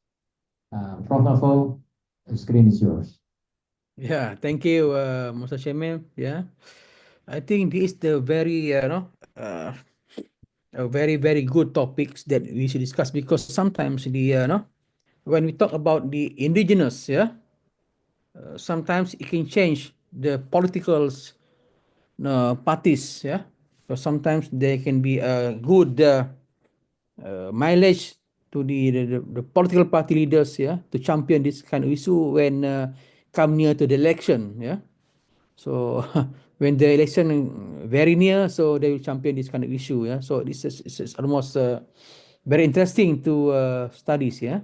Now, to answer your question, the first question is this based on my own experience, yeah, because I have three research, yeah, on the indigenous, yeah, how they should respond the development.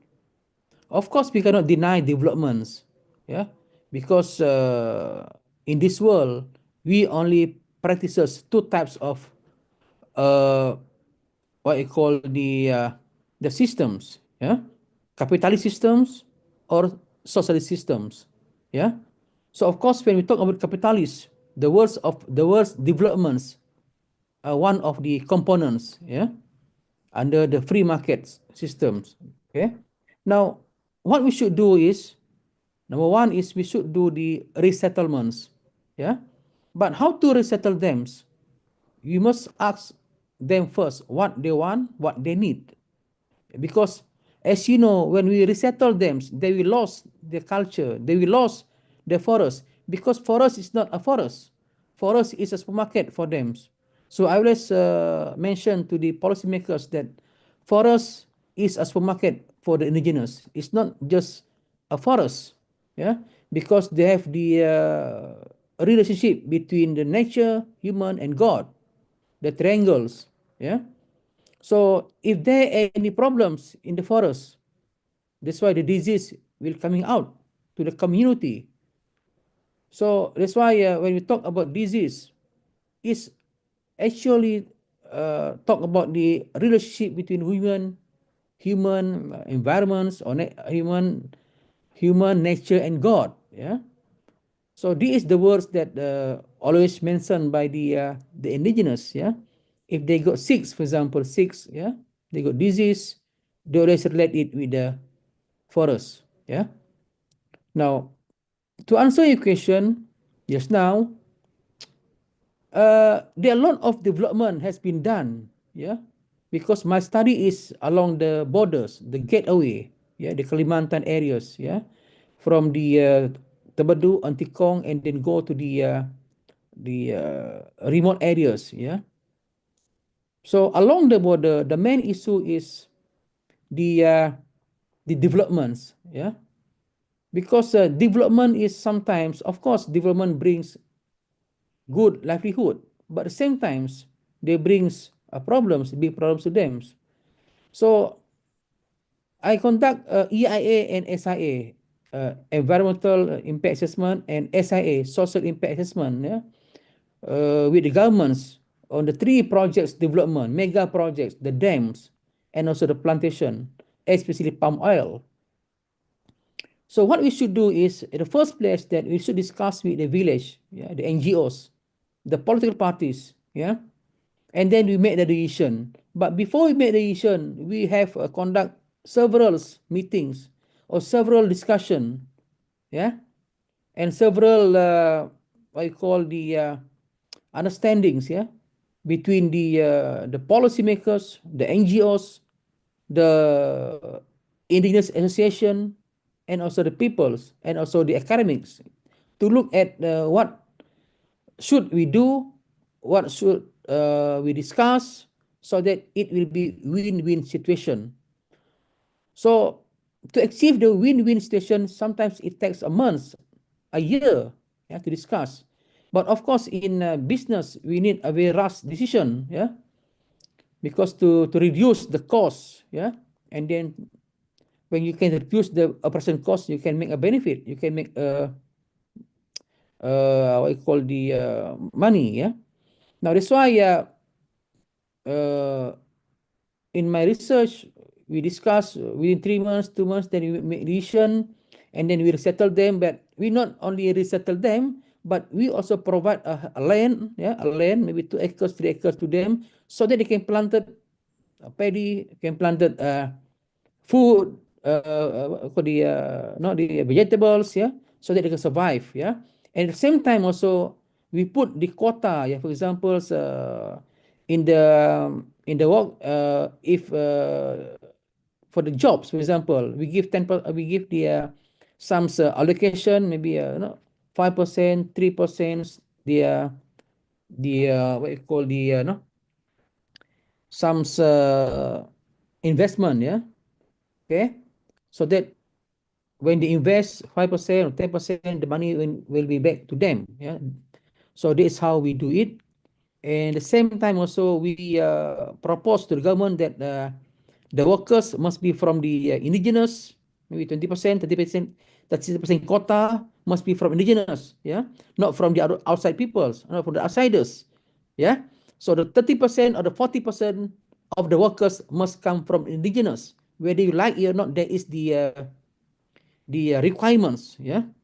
So at the same time also, because we don't want that when the projects started, and then these people will be suffer, yeah, because as you know, if you compare with indigenous and the modern people, they are no, they are low, they have a low education, they are weak in terms of the the mind about money and sense, yeah. So this is how we do it at our area, yeah, so that they can survive, so that they can have a good livelihood. And of course, we give no, the subsidy, fully funded schools, fully funded scholarships to the university, so that they can change their paradigms on the developments. Now that is the first do that we something that we do, okay. And then on the second one, we also have the I'm talking about the research just now, the documentation or the publication, is it? Answer this question. Yeah, because in development studies, yeah, I think the best practices is to study the community using ethnography rather than using the quantitative, yeah, per se, because the more you stay longer with them, the more you understand about their worldview and their feeling, yeah. Because for example, in my research, I have one research, I stay within 8 months, yeah, to analyze, to feel, yeah, their feelings, yeah, the aspiration, yeah. Now and then, because there are stereotypes, yeah, there are stereotypes that gave to them that the indigenous anti-developments, yeah, when this kind of stereotypes emerge it sometimes give a bad impression or negative, yeah, impression to these people. So what we should do as a development scholar or as a sociology or anthropology scholar, we should not trying to have the indigenous to reduce the stereotypes, yeah, to increase the awareness of the policymakers so that they respect the indigenous peoples, yeah. So meaning that you can't look at the money per se, but you must look at the indigenous, because indigenous is for me is very special peoples, because if you stay with them, if you talk with them, they are very nice people. They are respect the environmentals, yeah, and also they have their own point of view, world view about the developments, yeah, because for them development not only focusing on physical development but also include social development. So the development must be inclusive, yeah, constructive, yeah. So that's why just now I'm cautioning about the development, because nowadays people talking about SDGs, but what happened before SDGs? Have you talked about it seriously? Have you talked about it comprehensively? Yeah, because before we go to SDG, there are a lot of problems, there are a lot of issues that should be put on the table to be discussed by the scholars and also by the governments and by the policymakers before we move to SDGs. Yeah. Now, after SDGs, what next? Yeah. As you know, before this, we're talking about the dualisms, developments, dependency theory, dependence developments, the modern the developed country depend on the uh, depend on the depend on the poor country. The Wallstein talking about the new worlds. So this is something else that we should discuss when we talk about the development. So to answer your third question, it's great that you study about the orang rimba, because I also study about the orang asli and also about the Penan, and also we have study about the uh, orang rimba. We have friends from USU, Universitas Sumatera Utara. We study about the some indigenous at the Kalimantan, especially at the area of Balikpapan, Banjarmasin also. We're talking about how the government should react on the palm oils, yeah, because nowadays the main issue is about deforestation, yeah, because it will impact our country, because both of our country are the producer of the palm oils. So I think we should really thoroughly look at this particular issue. But I believe that we cannot deny the developments, yeah. But at the same time, we should put the indigenous community at the mainstream development so that they will not neglect behind. Yeah, I hope that it will answer your question. Thank you very much. Thank you, Prof. Novel. And we come to Prof. Eko with questions from the Ratna. So the first question is why people act exclusively rather than the world for both inclusive, and in what ways that should be socialized the inclusivity, feeling, and so practices. And from Ibu Nisa, is it really true that inclusive intervention reduce inclusivity based on experiences and practices? Thank you. Prof. What is yours? Okay, thank you very much for the question. So let me start by answering the first question. So you were asking why is it that some people do exclusive practices while actively promoting inclusivity, right or wrong, right? There are two things there. Of course, the first one is deliberate, so that means it's a bit of hypocrite in the sense that you are telling others that, oh, we have to promote inclusivity, but in fact, you don't do it. So it could be a deliberate actions, but I think I would like to stress the second one, which I think is related to what I said earlier. So that is implicit bias, unconscious bias. So often when we ask, do you think that inclusivity is important? We all will say, sure, inclusivity is important and we need to promote inclusivity. But because we are already shaped by what we are, who we are, the way we think, the way we perceive others, so we have those implicit bias elements that even though we don't manage to do it, we don't have any intentions to do it, but in fact, in the way we act, somehow our acts actually is a reflection of exclusive practices. It cannot be helped because it's an implicit bias. It's unconscious. So how do we solve this? I think we need to have all of those interventions in the sense that uh, reducing the implicit bias, like maybe in the example of schools, having them mix them, giving them informations and things like that. So this is a long process because it's hard to change a mindset, change unconscious bias overnight.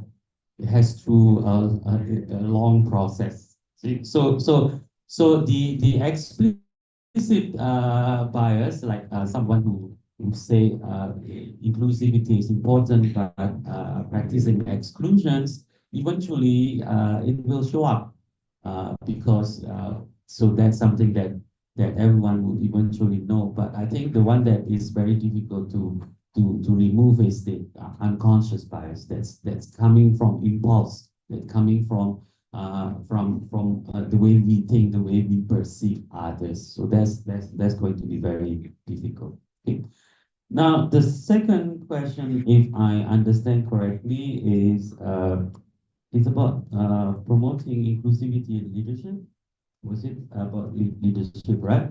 Something to do with leadership.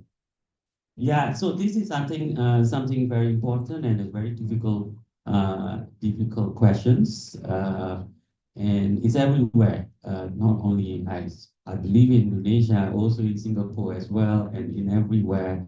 So leadership is the result of a lot of factors. Okay, so maybe we already have intentions, so we need to have a variety in leadership. We need to have inclusivity in leadership, but the other uncontrollable factors that often play a very important role is politics. Sense that I mean, by nature, we would like to have others people who are of our group to be someone who should take over all things like that. That's natural everywhere, in Singapore too, in everywhere. So I guess what is important here is to inculcate the spirit of togetherness. So maybe by government interventions or maybe by behavioral interventions, some of the behavioral interventions that I mentioned, and government interventions, maybe leadership trainings, all those things that can make them understand that it's important. The inclusivity is an important role. So, and then you also have to there is a trade-off between being inclusive of talent. So if someone who is very capable, but unfortunately not someone from our own group, often we think twice before promoting someone to become the leader. That's natural, but I think we should strive to balance this because we want to eventually wants to have the best outcomes we can. Okay, so that needs a lot of effort, but I think that's something that we can do step by step. Now, there was another questions about the example of India that I mentioned, that the important role of Indian case, and what happened now, has there been any ability to reduce the impact of these caste differences in India? I think I would say there are two things here. One is that there is the desire to be more practicing more equality in terms of treatments towards all castes, but this is going to be very difficult because caste is something related to culture, deep ingrained. This is what defines India. So that's why all these things cannot be changed overnight. So maybe with the modernity, people becoming less income inequality, people becoming more prosperous, the whole nations. I mean, India is so big. Last December, I was in India and I was in New Delhi.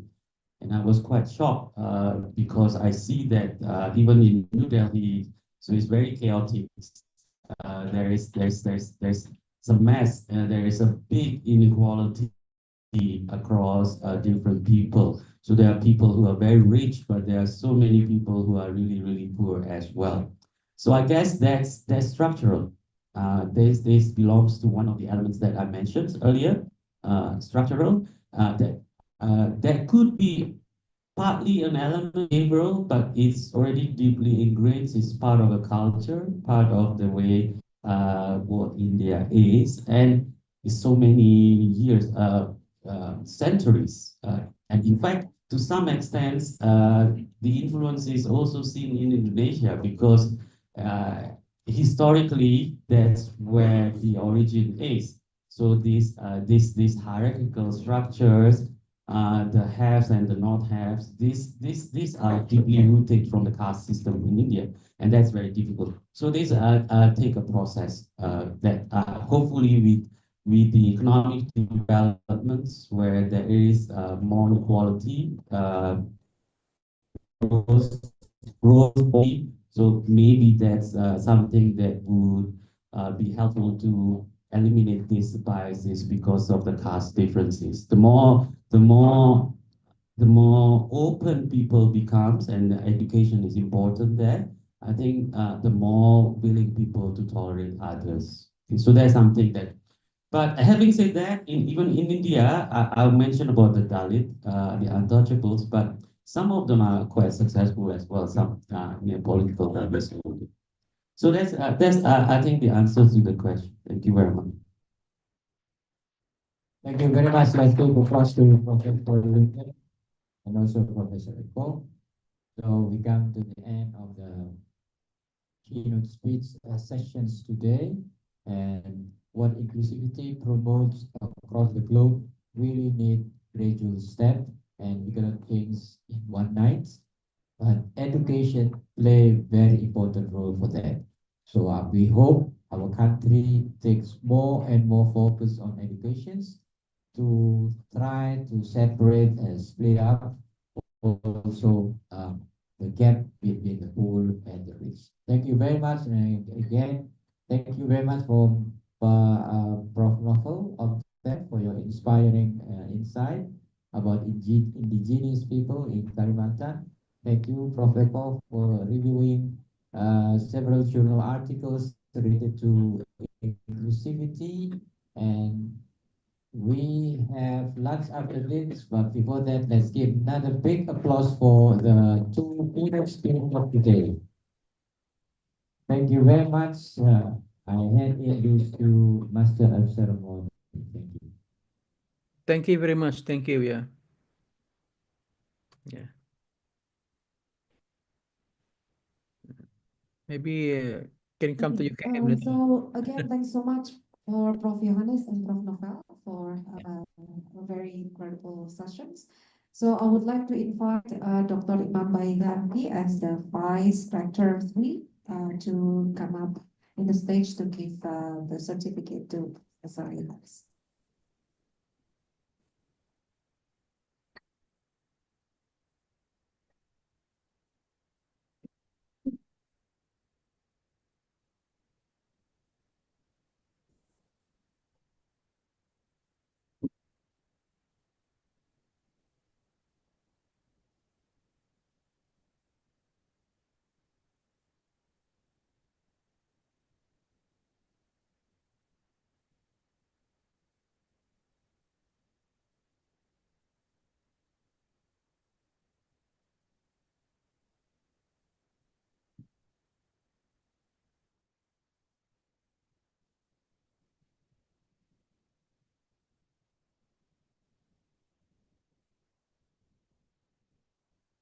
photo sessions, I would invite also Dr. Elia and also Dr. Saiful Hakim for photo sessions with us.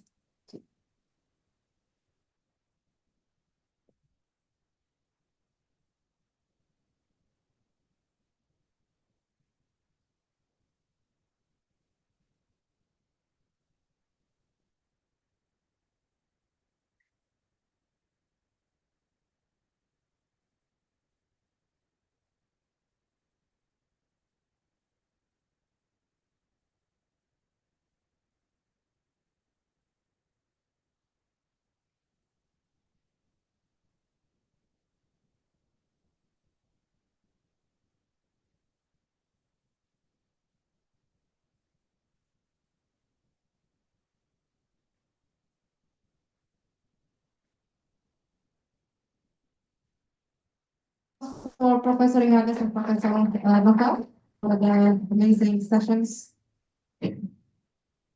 Okay, so dearest participants, we will have a lunch break and then we will be back at 1 o'clock for the parallel sessions. So this room will be divided into two rooms, and then please read the schedules for each of you, which room you will have presentations, and also for the participants in Zoom.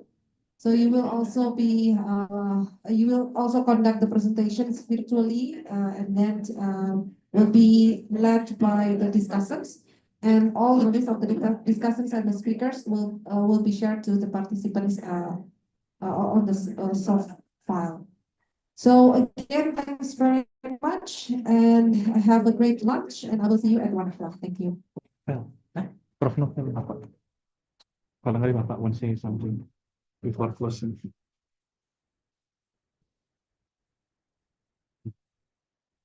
Ini saya. Hello, Prof. Novel. Thank you very much for your Thank you, Prof. participation here. I hope to see you in person in Malaysia. Yeah, sure. Please, So we Prof. will send or maybe bring your certificate over there. So Yeah, Hmm. Prof. If Okay. you have Thank time, you once again. Okay. Prof. If you have Mhm. times, maybe you can come Yes. to UKM. Yeah, come to UKM. Yeah, UKM. Yeah, Yes. Okay. next year. Sure. Yeah. Sure. Sure. Okay, sure. Thank you. Inshallah. Inshallah. Terima kasih Pak. Terima kasih ya. Thank you very much. Kita datang ke Prof. Malaysia Novel. ya. Ya. Yeah. Nanti kami jemput ya. Terima kasih. Yeah. Yeah, Prof. Yeah, thank you, Prof. Terima kasih ya. Ya. Okay, Assalamualaikum. Ya, semoga kita sehat selalu ya. Jumpa lagi nanti ya. Jumpa lagi, Prof. Thank you, Ya. Prof.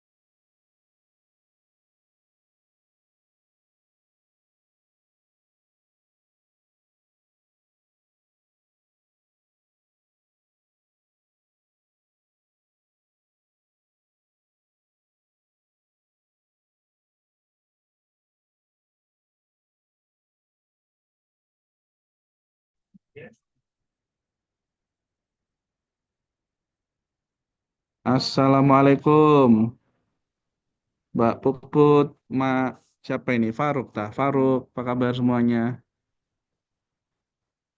Waalaikumsalam Pak Obed, sehat, Alhamdulillah. Iya, ini Fireflies Note Taker ini Faruk ya? Iya, Pak. Oh iya iya iya. Iya.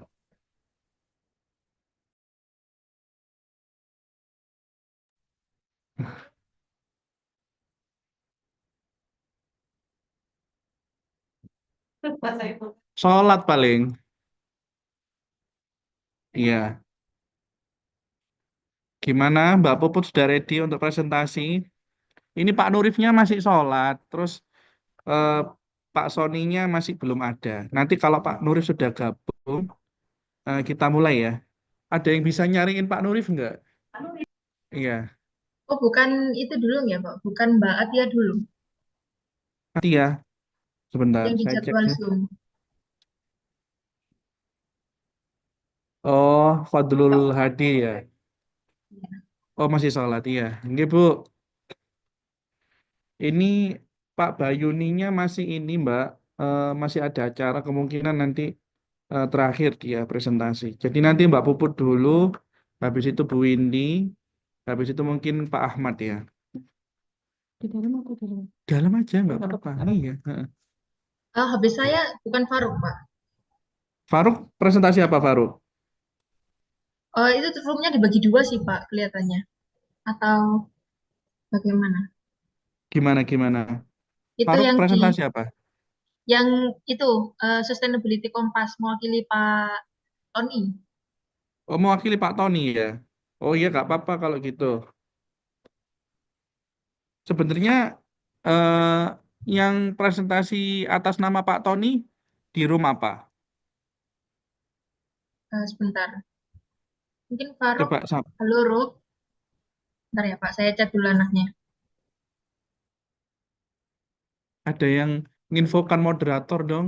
Pak Tony pindah hybrid, pindah Zoom. Paper atas nama Pak. Mbak, tolong carikan dia di paralel nomor berapa?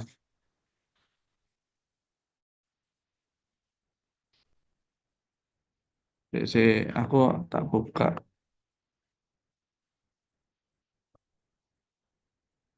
Di paralel session tuh, Pak, yang room B. Paralel session tuh room B ya. Ya, yang 14.20 jadwalnya. Oh iya, ada yang bisa bantu ini nggak? Bisa bantu. Oh ini aja. Mbak sini Mbak. Pak Tony itu harusnya presentasi di paralel session 2, tapi beliau presentasi online. Nah, kamu coba ngubungi moderator session 2 room B, papernya Pak Tony pindah presentasi Zoom. Nah, iya, Pak Saifullah. Heeh, Pak Saifullah moderatornya. Diinfokan aja, Pak Tony pindah Zoom, Pak. Iya. Faruk sudah ready ya presentasi ya? Ini anaknya belum jawab sih, Pak. Bentar saya hubungin dulu. Oh ya, nggak apa-apa, Mbak. Kalau gitu Mbak Puput, Bu Windy, terus Faruk gitu ya.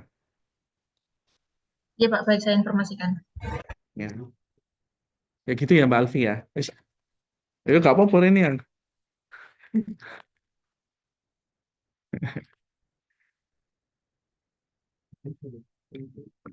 Ya, acara besok aman ya. Bahannya aku cek jadi tiket asli Pak. Sampai mahasiswa itu harus dipantau benar-benar. Kalau balik selesai Mbak Silumi tak bisa tahu. Kalau syarat sampai aku ke Ipan-Ipanan tentang sponsor ini teman-teman soal IPA akan ada yang soal IPA ini kalau tak tahu. Mbak punya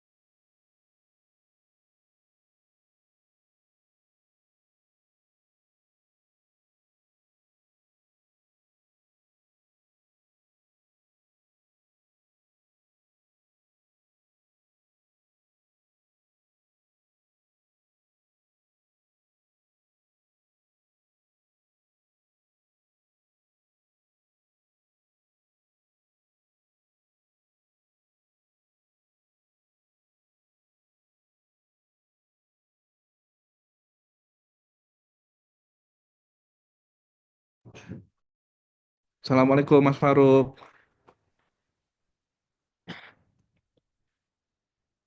Mas Faruk, kita nunggu Pak Nurif ya. Pak Nurif masih sholat.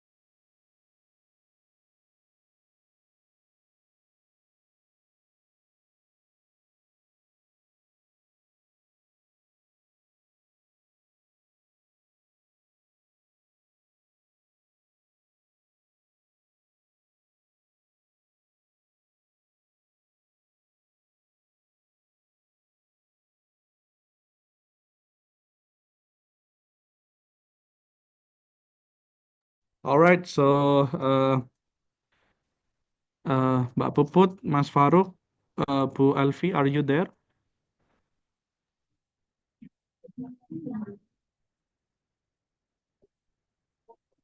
Okay, so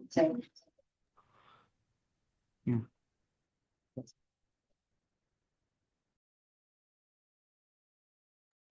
Okay, so first, Bismillahirrahmanirrahim. Assalamualaikum warahmatullahi wabarakatuh. Alhamdulillah. Allahumma salli ala Sayyidina Muhammad wa ala alihi wa ashabihi ajma'in. Amma ba'd.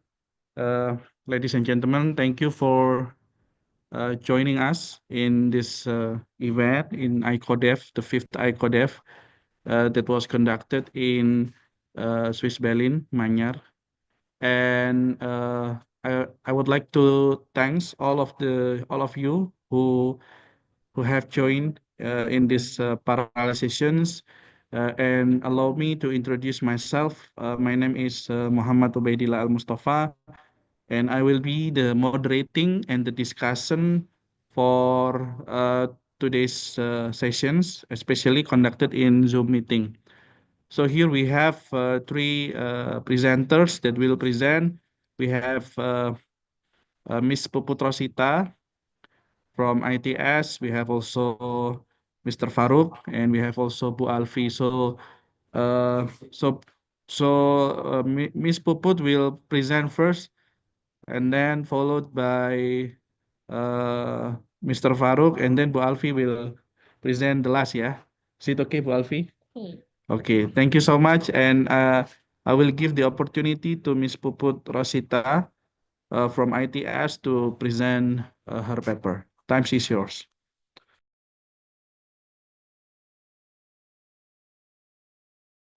I'm sorry, Mr. Ubaidillah. I have a problem with my camera. Can I present without turn on my camera? I don't know why. Yes, it's okay. Yeah. Okay. Thank you very much.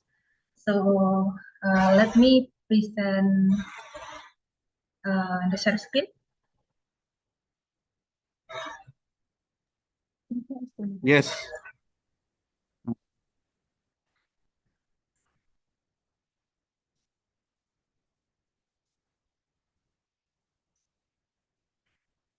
Okay, good afternoon, everyone. My name is Putri Rosita from ITS Surabaya.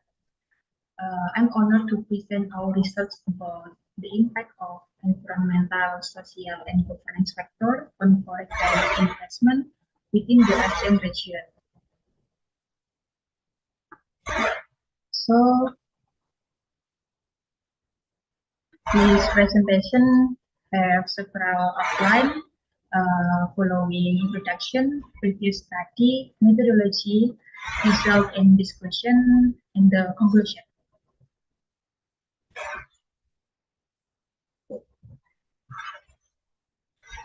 Okay. As global efforts towards sustainable development grow, ESG factors have become essential in shaping long-term FDS strategies. These factors support achieving the Sustainable Development Goals, promoting sustainable investment, and aligning FDI with long-term development goals. And the ASEAN region was chosen for this study because FDI in this region proven ability to remain strong even during challenges like COVID-19 pandemic. As you can see in the picture, the manufacturing sector significant drop to 10 billion US dollar in 2020, but both main sector recovered to about 60 billion US dollar by 2022. So this data shows ASEAN has strong economic resilience.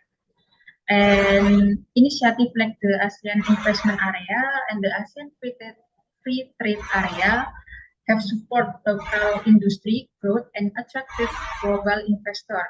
Additionally, ASEAN offer competitive advantage such as low production costs, fast infrastructure development, and investment-friendly regulation that make it easier for investors to invest their capital in this region.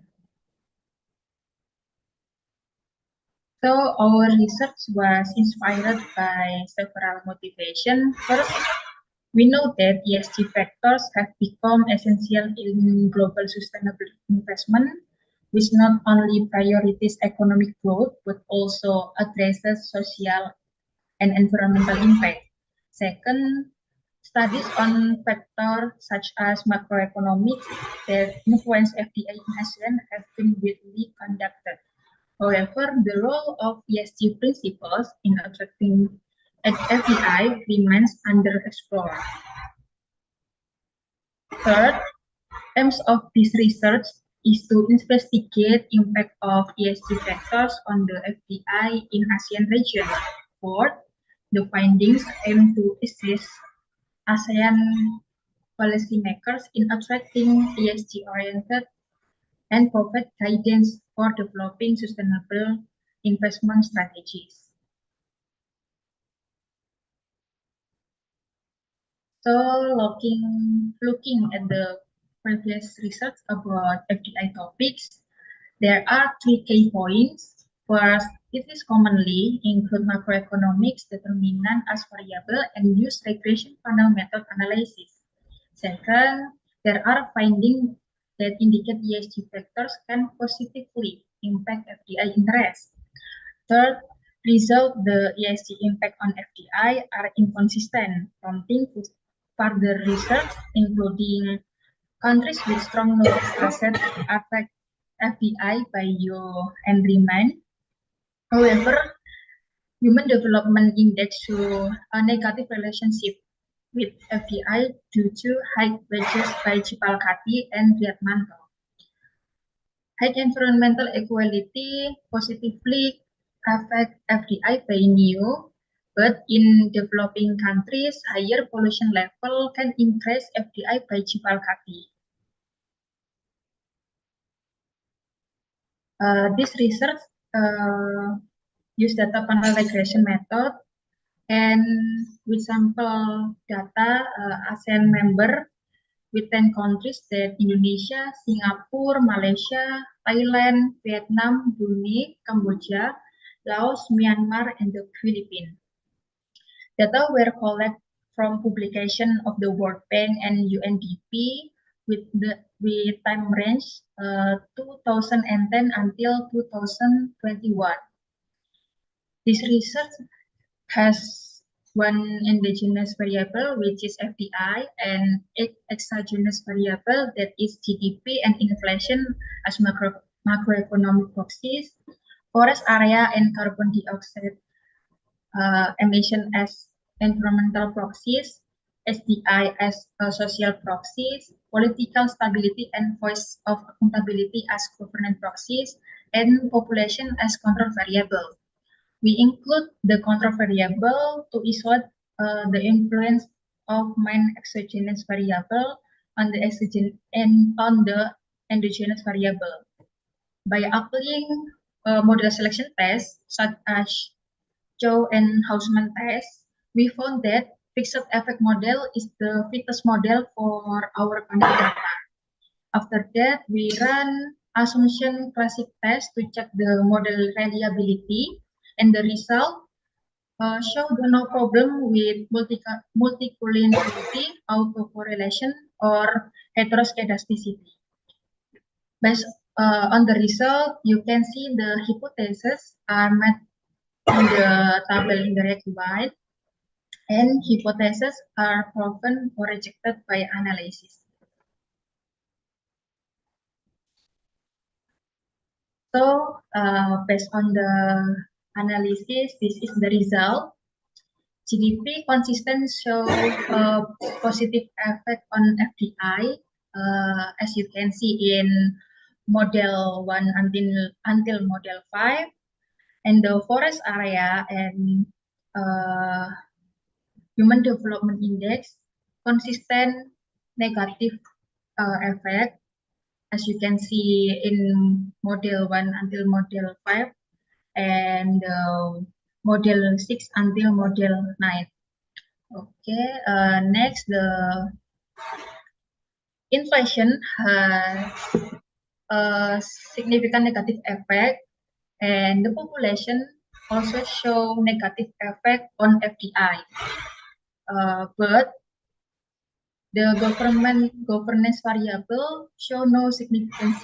So overall, GDP, forest area, Human Development Index consistently show significant effect on FDI, but the governance variable show no significance. So I recommended for future research, so explore inconsistent variable and consider additional factor influencing FDI. So it's I mentioned before, here the findings of the analysis. Okay, next slide. Okay, from those findings on the each variable, it can be compared with the result the previous study. First, environmental, social, and governance impact on FDI. Forest area has significant negative on FDI, consistent with research by Neo et al. And Yang et al. Additionally, this result supporting the environmental Kuznets curve, which is the suggest that countries with stricter environmental regulation might attract less FDI due to higher investment costs. But CO2 emission show no impact on FDI, so that contrary to Cipalkati et al. Human Development Index also negative effect on FDI, as higher countries with better living standards and wages attract less foreign investment, and this result supporting Dunning theory. And the governance variable show no significance. Second, macroeconomic impact on FDI. GDP has positive effect on FDI, aligning with Al-Mustafa et al. And Cipalkati et al., while inflation negatively impact on FDI, confirming findings by Al-Mustafa and Sukmana. So these results are consistent with profit-oriented motive theory and the OLI framework. And third, population impact on FDI. High population density negatively affect on FDI. It because the social issue like poverty and environmental degradation reducing investment appeal. And this research align with UN Riemann and Yulin Esterdita and Wibowo. And this support to the stakeholder theory by Berley and Carnage. Okay, from the findings and comparison, it can be concluded that first, ESG impact on FDI, environmental factors like forest area, social factors like Human Development Index negatively influence FDI. Well, governance variable like political stability and legal accountability do not have significant impact. So, future research should explore inconsistent variable and consider additional factor influencing FDI. Second, macroeconomic impact on FDI. GDP positively correlates with FDI, while inflation has negative effect, suggesting that economic stability and growth are key drivers for attracting foreign direct investment. And the third, policy impact on FDI.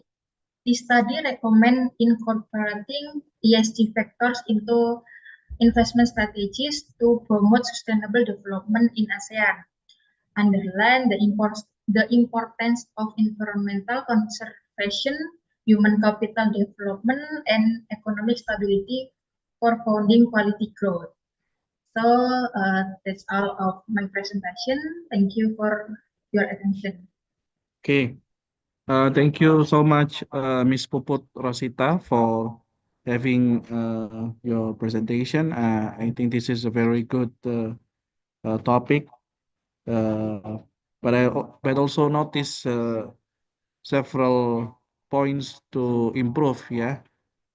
First of all, you need to improve the proxies of with the proxy of environment, because in your finding, yeah, you are using the forest area. Yeah. Actually, we have many variable that can be used to be a proxy of environmental degradation, such as CO2 emissions, yeah, carbon dioxide emissions, and also maybe you can use several indicators, for example, CO2 focus, or maybe you can use an index of environmental degradations. So I think we may consider these variables to make a better proxy of the variables. In addition, I see that the variable of governance is not significant through the models. I believe that you can choose several proxies of governance instead of using using only one proxy of variables. So you may use, like, for example, a combination of regulatory quality with political stability or things like that, so that you can have a better proxy of a variable of governance. Uh, you may also consider, playing with the interaction and dividing the sample, for example, to have a better robustness test. For example, uh, we can divide the sample, or we can divide the time period. For example, you choose from 2000 to 2010, and then from 2011 to 2020, for example. So you divide the sample, or you divide the time, so that you can have a better robustness models. Okay. So do you understand, Ms. Poput? Yes, Mr. Ubed, thank you for your input, and I will consider your advice with our team research. Thank you very much. Yes. Yeah. It would be more interesting if we can find a significant relationship of the variable of governance to foreign direct investment. Because usually this variable, yeah, the governance, they are the main determinants of foreign direct investment. So if we find that the variables of governance is not significantly affect it not significantly attract foreign direct investment, then there must be something in the model. So you need to try different proxy, try different variables. Maybe you can find index which is available in the market, which show the quality of the environment. So once you use this kind of variables, you try different robustness, different indicators, different proxies. I believe that you will get a better result. Yeah. So please, you can improve the model. Try to add more variables, play with interaction, play with different variable and proxies, and hopefully you can have a better models after on.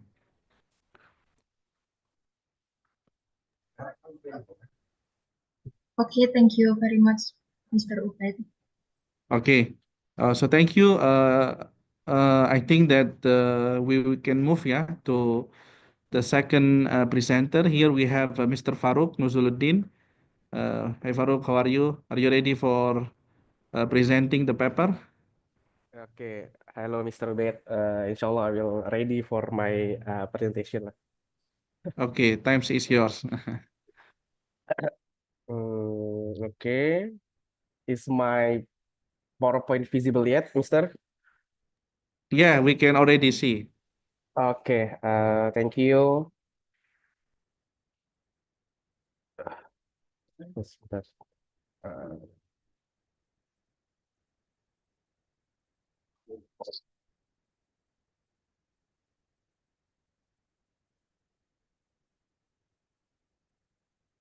Bismillahirrahmanirrahim. Assalamualaikum warahmatullahi wabarakatuh. Good afternoon, everyone. First, I'd like to thank you for being before. My name is Faruk, and I'm honored to present our research title Sustainability Compass Analysis of PT Indonesia's Power Chaser Program on Sustainable Local Economic Development in Bulawajar Village. So this presentation is part of the fifth International Conference on Global Development, or ICODEV. So today I will take you through how we apply the Sustainable Compass framework to evaluate the program's effectiveness in achieving sustainability in Bulawajar Village. So let's begin. Okay, next slide. Bulawajar Village has been recognized as an energy independent village since 2016, or Desa Mandiri Energi since 2016. This designation highlights the village effort to integrate sustainable energy solutions. Our study focused on analyzing these efforts using the Sustainability Compass framework. This tool consider four key dimensions: nature, economic, society, and well-being.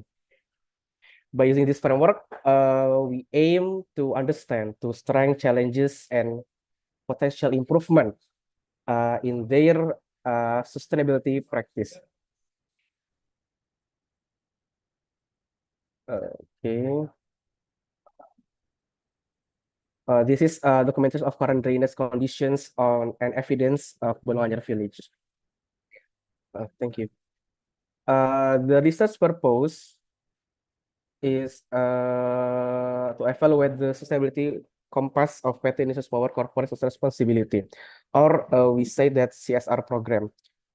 Specifically, we analyze how the program is impact four key aspects: nature, how it's affect to the environment; second, economy, its contribution to economic development; third, society, its influence on their social fabric; and the last, fourth, well-being, how it's improve the quality of life. Through this study, we hope to provide actionable insights for better program implementation.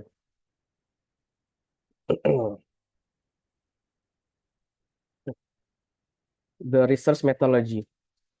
To conduct our analysis, we use the Sustainability Compass framework. The analytical network process, or ANP. This methodology helps prioritize issues and solutions based on stakeholder input from our questionnaire. We collect primary data through interview with a stakeholder. These stakeholders were selected based on their deep knowledge of sustainability, community environment, and they're involved in community environment and their knowledge of biogas technology. Is it important? Okay, next. Okay, these are the INP model that are four aspect, nature, economic, society, and well-being issues, and solutions and the strategies.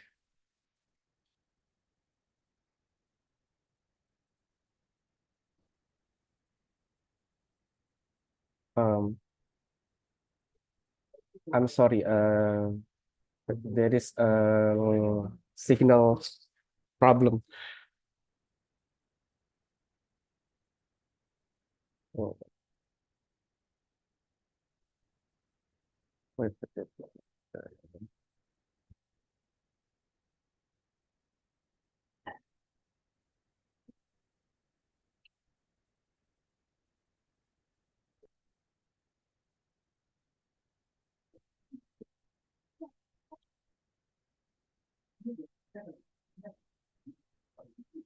Okay, next. Okay. The result and discussion side and issues. Our research uncovers several key challenges across the four dimensions. For nature, the main issue is the pollution caused by burning improperly disposing of cow dung. This practice harms the environment and affect air and water quality. Second, for economic aspect, people still prefer use traditional fuels like kerosene and LPG than biogas over biogas. This limits the economic potential of biogas technology. The issues in society, limited technical skills for maintaining biogas systems are a significant obstacle. Without skilled individuals, the technology cannot function optimally. And the last, meanwhile, well-being, low education levels in the community make it hard for people adopt and trust innovative solutions like biogas. Okay, in the prioritization of solutions, based on the solutions identified, we propose several solutions. Nature. To reduce pollution, cow dung can be used to be produced biogas, which is a cleaner energy alternative. Second, providing technical training to the community can improve the implementation of biogas technology and create economic opportunities. Third, society continuous socialization and counseling can increase community participation in biogas program. When people understand the benefit, they are more likely to support and sustain this initiative. And the last, meanwhile, well-being, better cattle waste management can reduce health risk like respiratory and skin diseases, improving overall quality of life. These solutions aim to address the root cause of the challenges and create long-term benefits for the village. Okay, next slide. The last prioritization of strategy. In addition to solutions, we identify priority actions for each dimensions. For nature, monitoring the environmental impact of biogas installations ensures they are sustainable and effective. For economy, government support in marketing biogas product can help the village expand its reach and generate income. For society, establishing local institutions for biogas management provides long-term support and build community ownership. And then meanwhile, for well-being, collaborative governance is crucial. Training and mentoring programs can equip the community with knowledge and skills to manage biogas systems efficiently. Okay, the conclusion.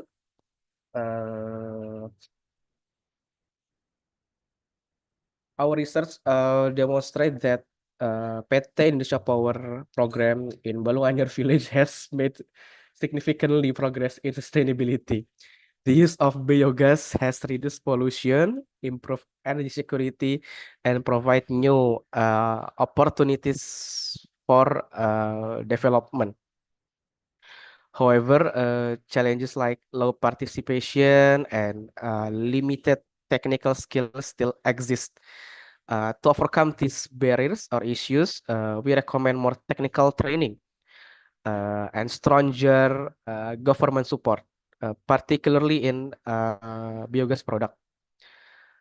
While our study provides valuable insight, its scope is limited only to one village, and the findings may not apply universally. Future research could expand to the other regions or the other village for broader findings and broader understanding. Okay. Thank you very much for your time and attention. It has been pleasure sharing our findings with you. I'm happy from this. Yeah, let's work together to build a more sustainable future. Thank you, Mr. Ubaid. Thank you, Farouk, for your presentation. Very good project, very good paper. I have actually I have two comments, for improvement. The first one is that you need to tell more story about the people or the demographic profile of the people in this village and their habits, so that we can know what is the real problem there. So by having some information about the demographic profile, uh, having some information about their habits. Yeah, it will help us understand the real background of the research, what is happening there, and what is the real and the major challenge that we need to consider. Yeah, so please put more details. Yeah, especially about the habits, the issue there. Yeah, adding some pictures will help. You can show some pictures where the reports are, just to give the audience an idea about what is going on in that village. Yeah, and the second one is you are using ANP, yeah, and I see that you have the priority problem, priority solution, priority strategy, but you have also to connect the problem with the previous literature and the theory. Yeah, for example, what is the priority problem in, for example, government aspect, and then you connect it to previous literature. What are the previous literature say about this kind of problem? And then you connect it to the theory, you connect it to the data, you connect it to the trend, so that you can have a deeper analysis. Yeah. So you connect every priority problem, every priority solutions, and every priority strategy to the theory, to the previous literature, to the data, to the trend, or maybe we have a debate on that specific issue. You can also add it. Yeah, because we need the deeper analysis. We need the, you know, uh, this is what the experts choose, right?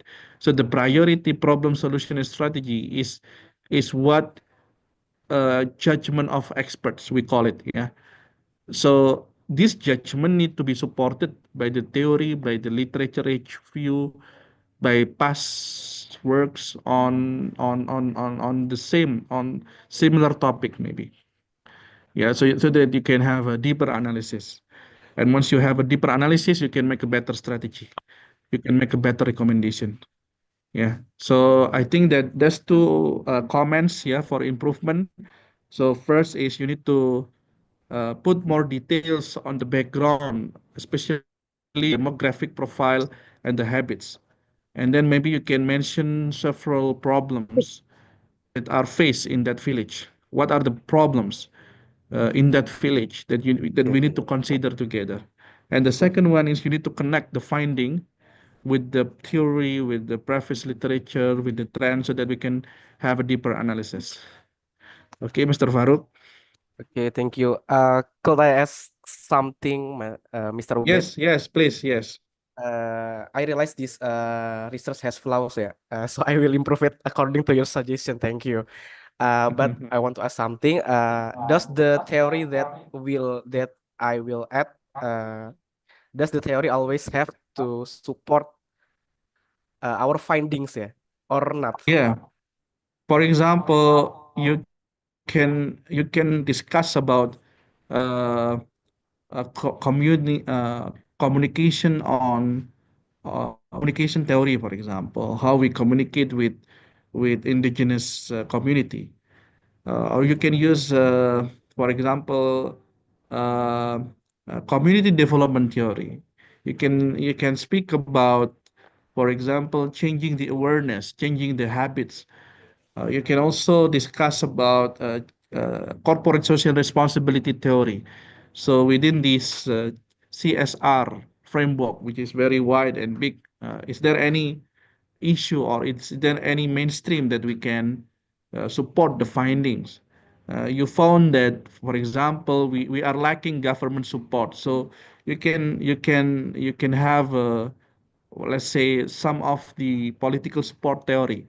Yeah, you can choose, I don't know, the political support or the fiscal, or I don't know, things like that. So you need to connect your finding with whatsoever theory that we can connect.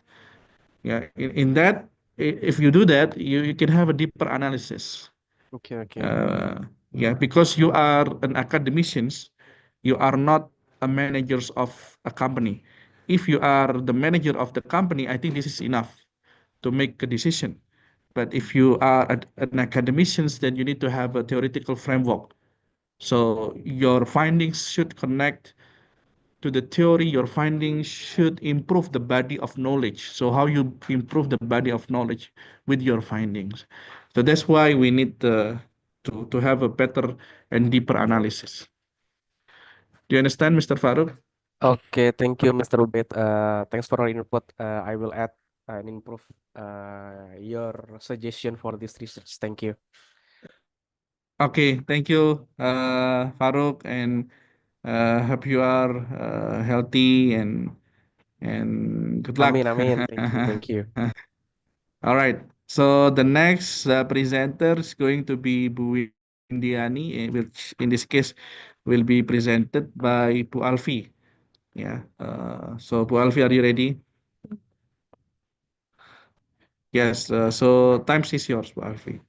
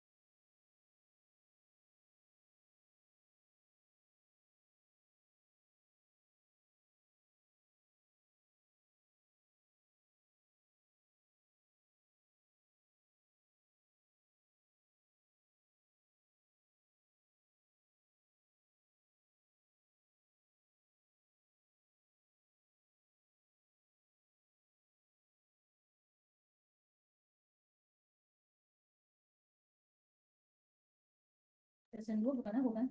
Bukan. Nah itu udah kan? Siapa? Nah itu nggak tahu. Jadi kan di rumah. Ah, Sebentar. aku cuma dapat ini kan yang Iya. satu. Ah, oke. Discussionnya sesuai dengan yang kemarin yang saya share. Oh ini Pak Hermanto. Itu kan.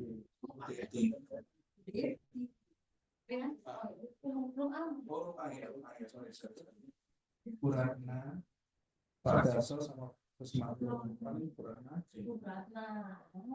Oh gitu. Apa minta Pak Arfan bantu backup diskusi dulu?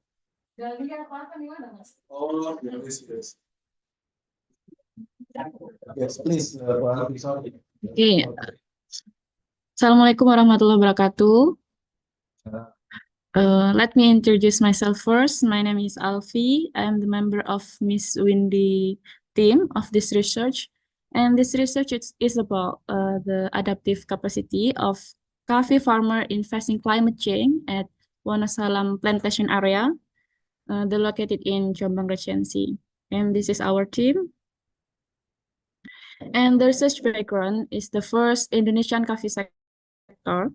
Indonesian coffee sector is one of important sector in Indonesia and in the world because Indonesia has many plantation area. And the second is coffee plantation and climate change. We know we are now in a world facing a climate change, and the climate change give an impact, dangerous impact in coffee plantations.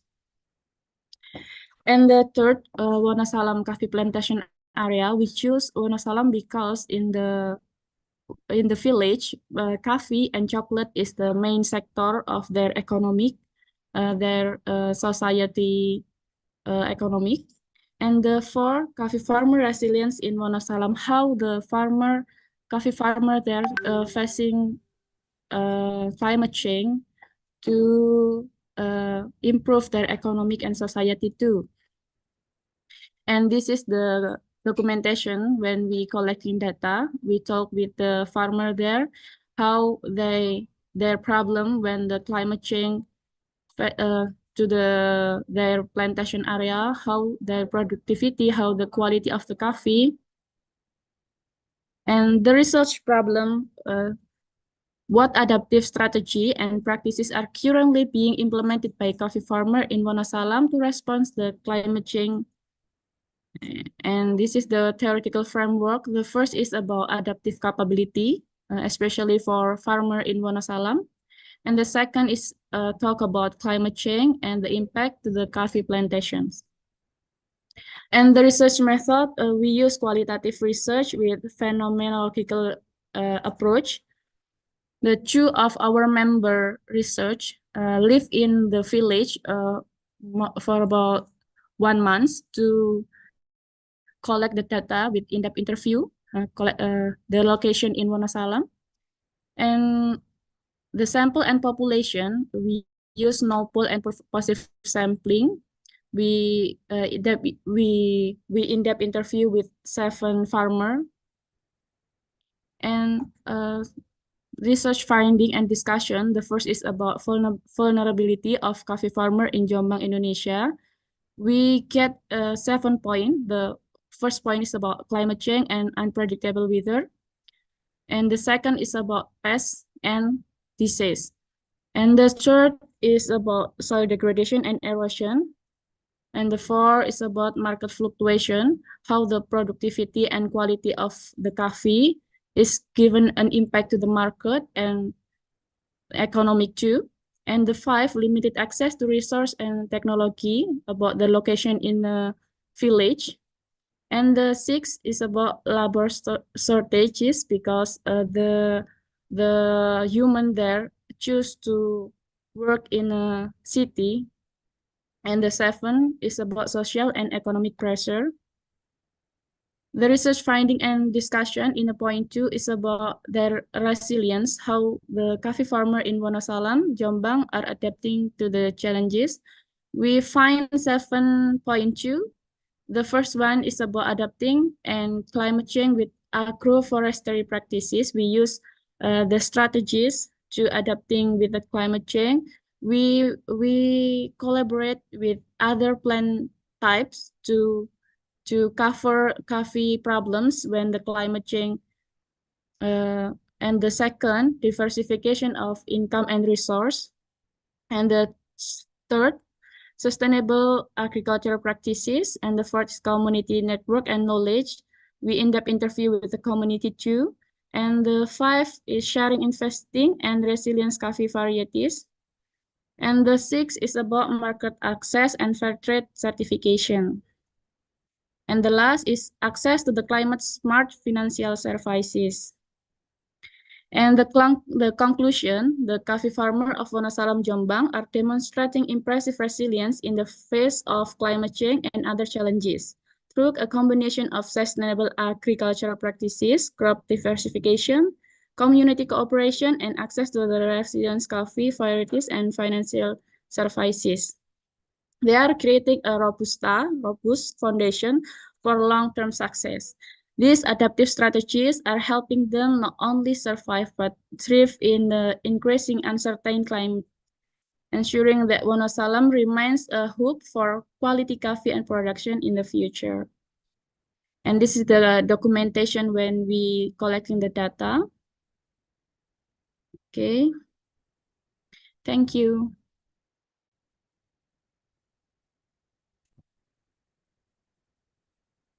Okay, thank you so much ya, Bu Alfi, for presenting the topic ya about adaptive capacity of coffee farmer uh, facing climate change ya in Jombang, Wonosalam. Actually, we have several things or several notes for improvement. I think that we need to connect the findings to a theoretical background or to previous studies, so that we can have an improvement in the body of knowledge. So the findings that already gathered, during the primary data collections need to be analyzed further by connecting it to the theory or to the previous study. Maybe you may mention about some cases that happen in, for example, in different cities and in different countries, and then you can have a kind of connecting between the findings that we have here with the findings that they have there in different countries or different cities. So by doing that, we can have a validation of our findings. So hopefully that with this validation, we can improve the study, develop the body of knowledge. That's the first one. So how we connect the finding to the theory, how we connect the finding to the preface literature, how we develop the body of knowledge, how we, validate the result, our result with other result. Do they having the same problem? Do they having the same issue that we have here? And maybe we can,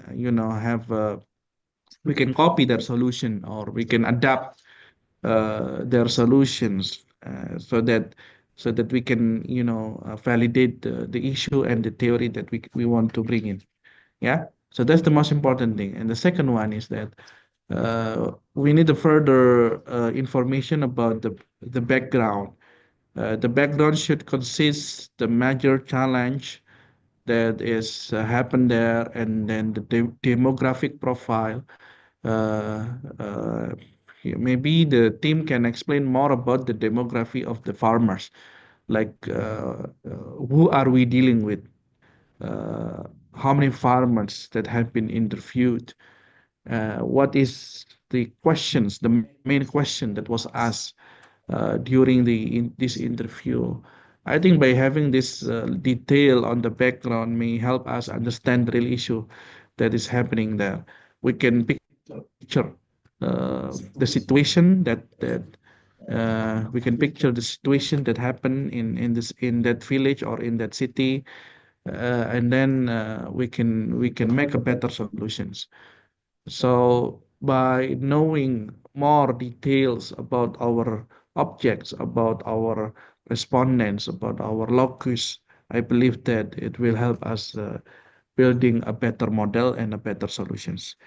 So that's for me, yeah, Bu Alfi. So I think that this paper is very good, but we need further analysis. Yeah, we need further analysis to improve the body of knowledge. So once you connect the theory, once you connect it with the preface literature, we can this is the theory that they use. This is the theory that they want to develop. This is the theory that they want to validate. Yeah, so we need this kind of discussion in the paper, so it will be a better analysis. Yeah. Okay, thank you. Yes. Oke, ini Fireflies.ai ini Mas Farouk bukan? Are you still here with us?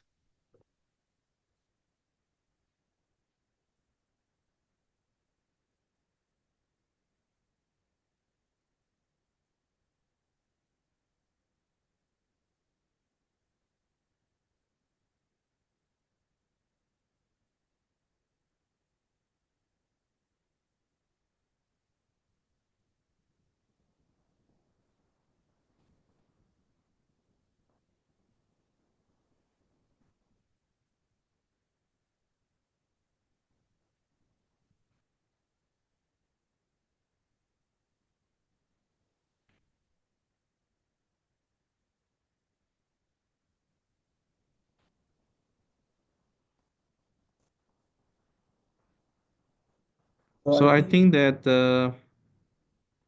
we have already listened to all the presentations, and I believe that we can close this first session, and let's try to wait the other participant for coming. So thank you so much, Ms. Puput, Mr. Farouk, and Bu Alfia for presenting your research, your paper. I hope that it can be published, yeah, be selected to be published in good journals. Thank you. And then with this, I close the session. Thank you. Assalamualaikum warahmatullahi wabarakatuh. Waalaikumsalam warahmatullahi wabarakatuh. Thank you, Mr. Ubed, Mr. Ya, Alfi, Mbak and Puput, thank you. Mas Farouk, thank you.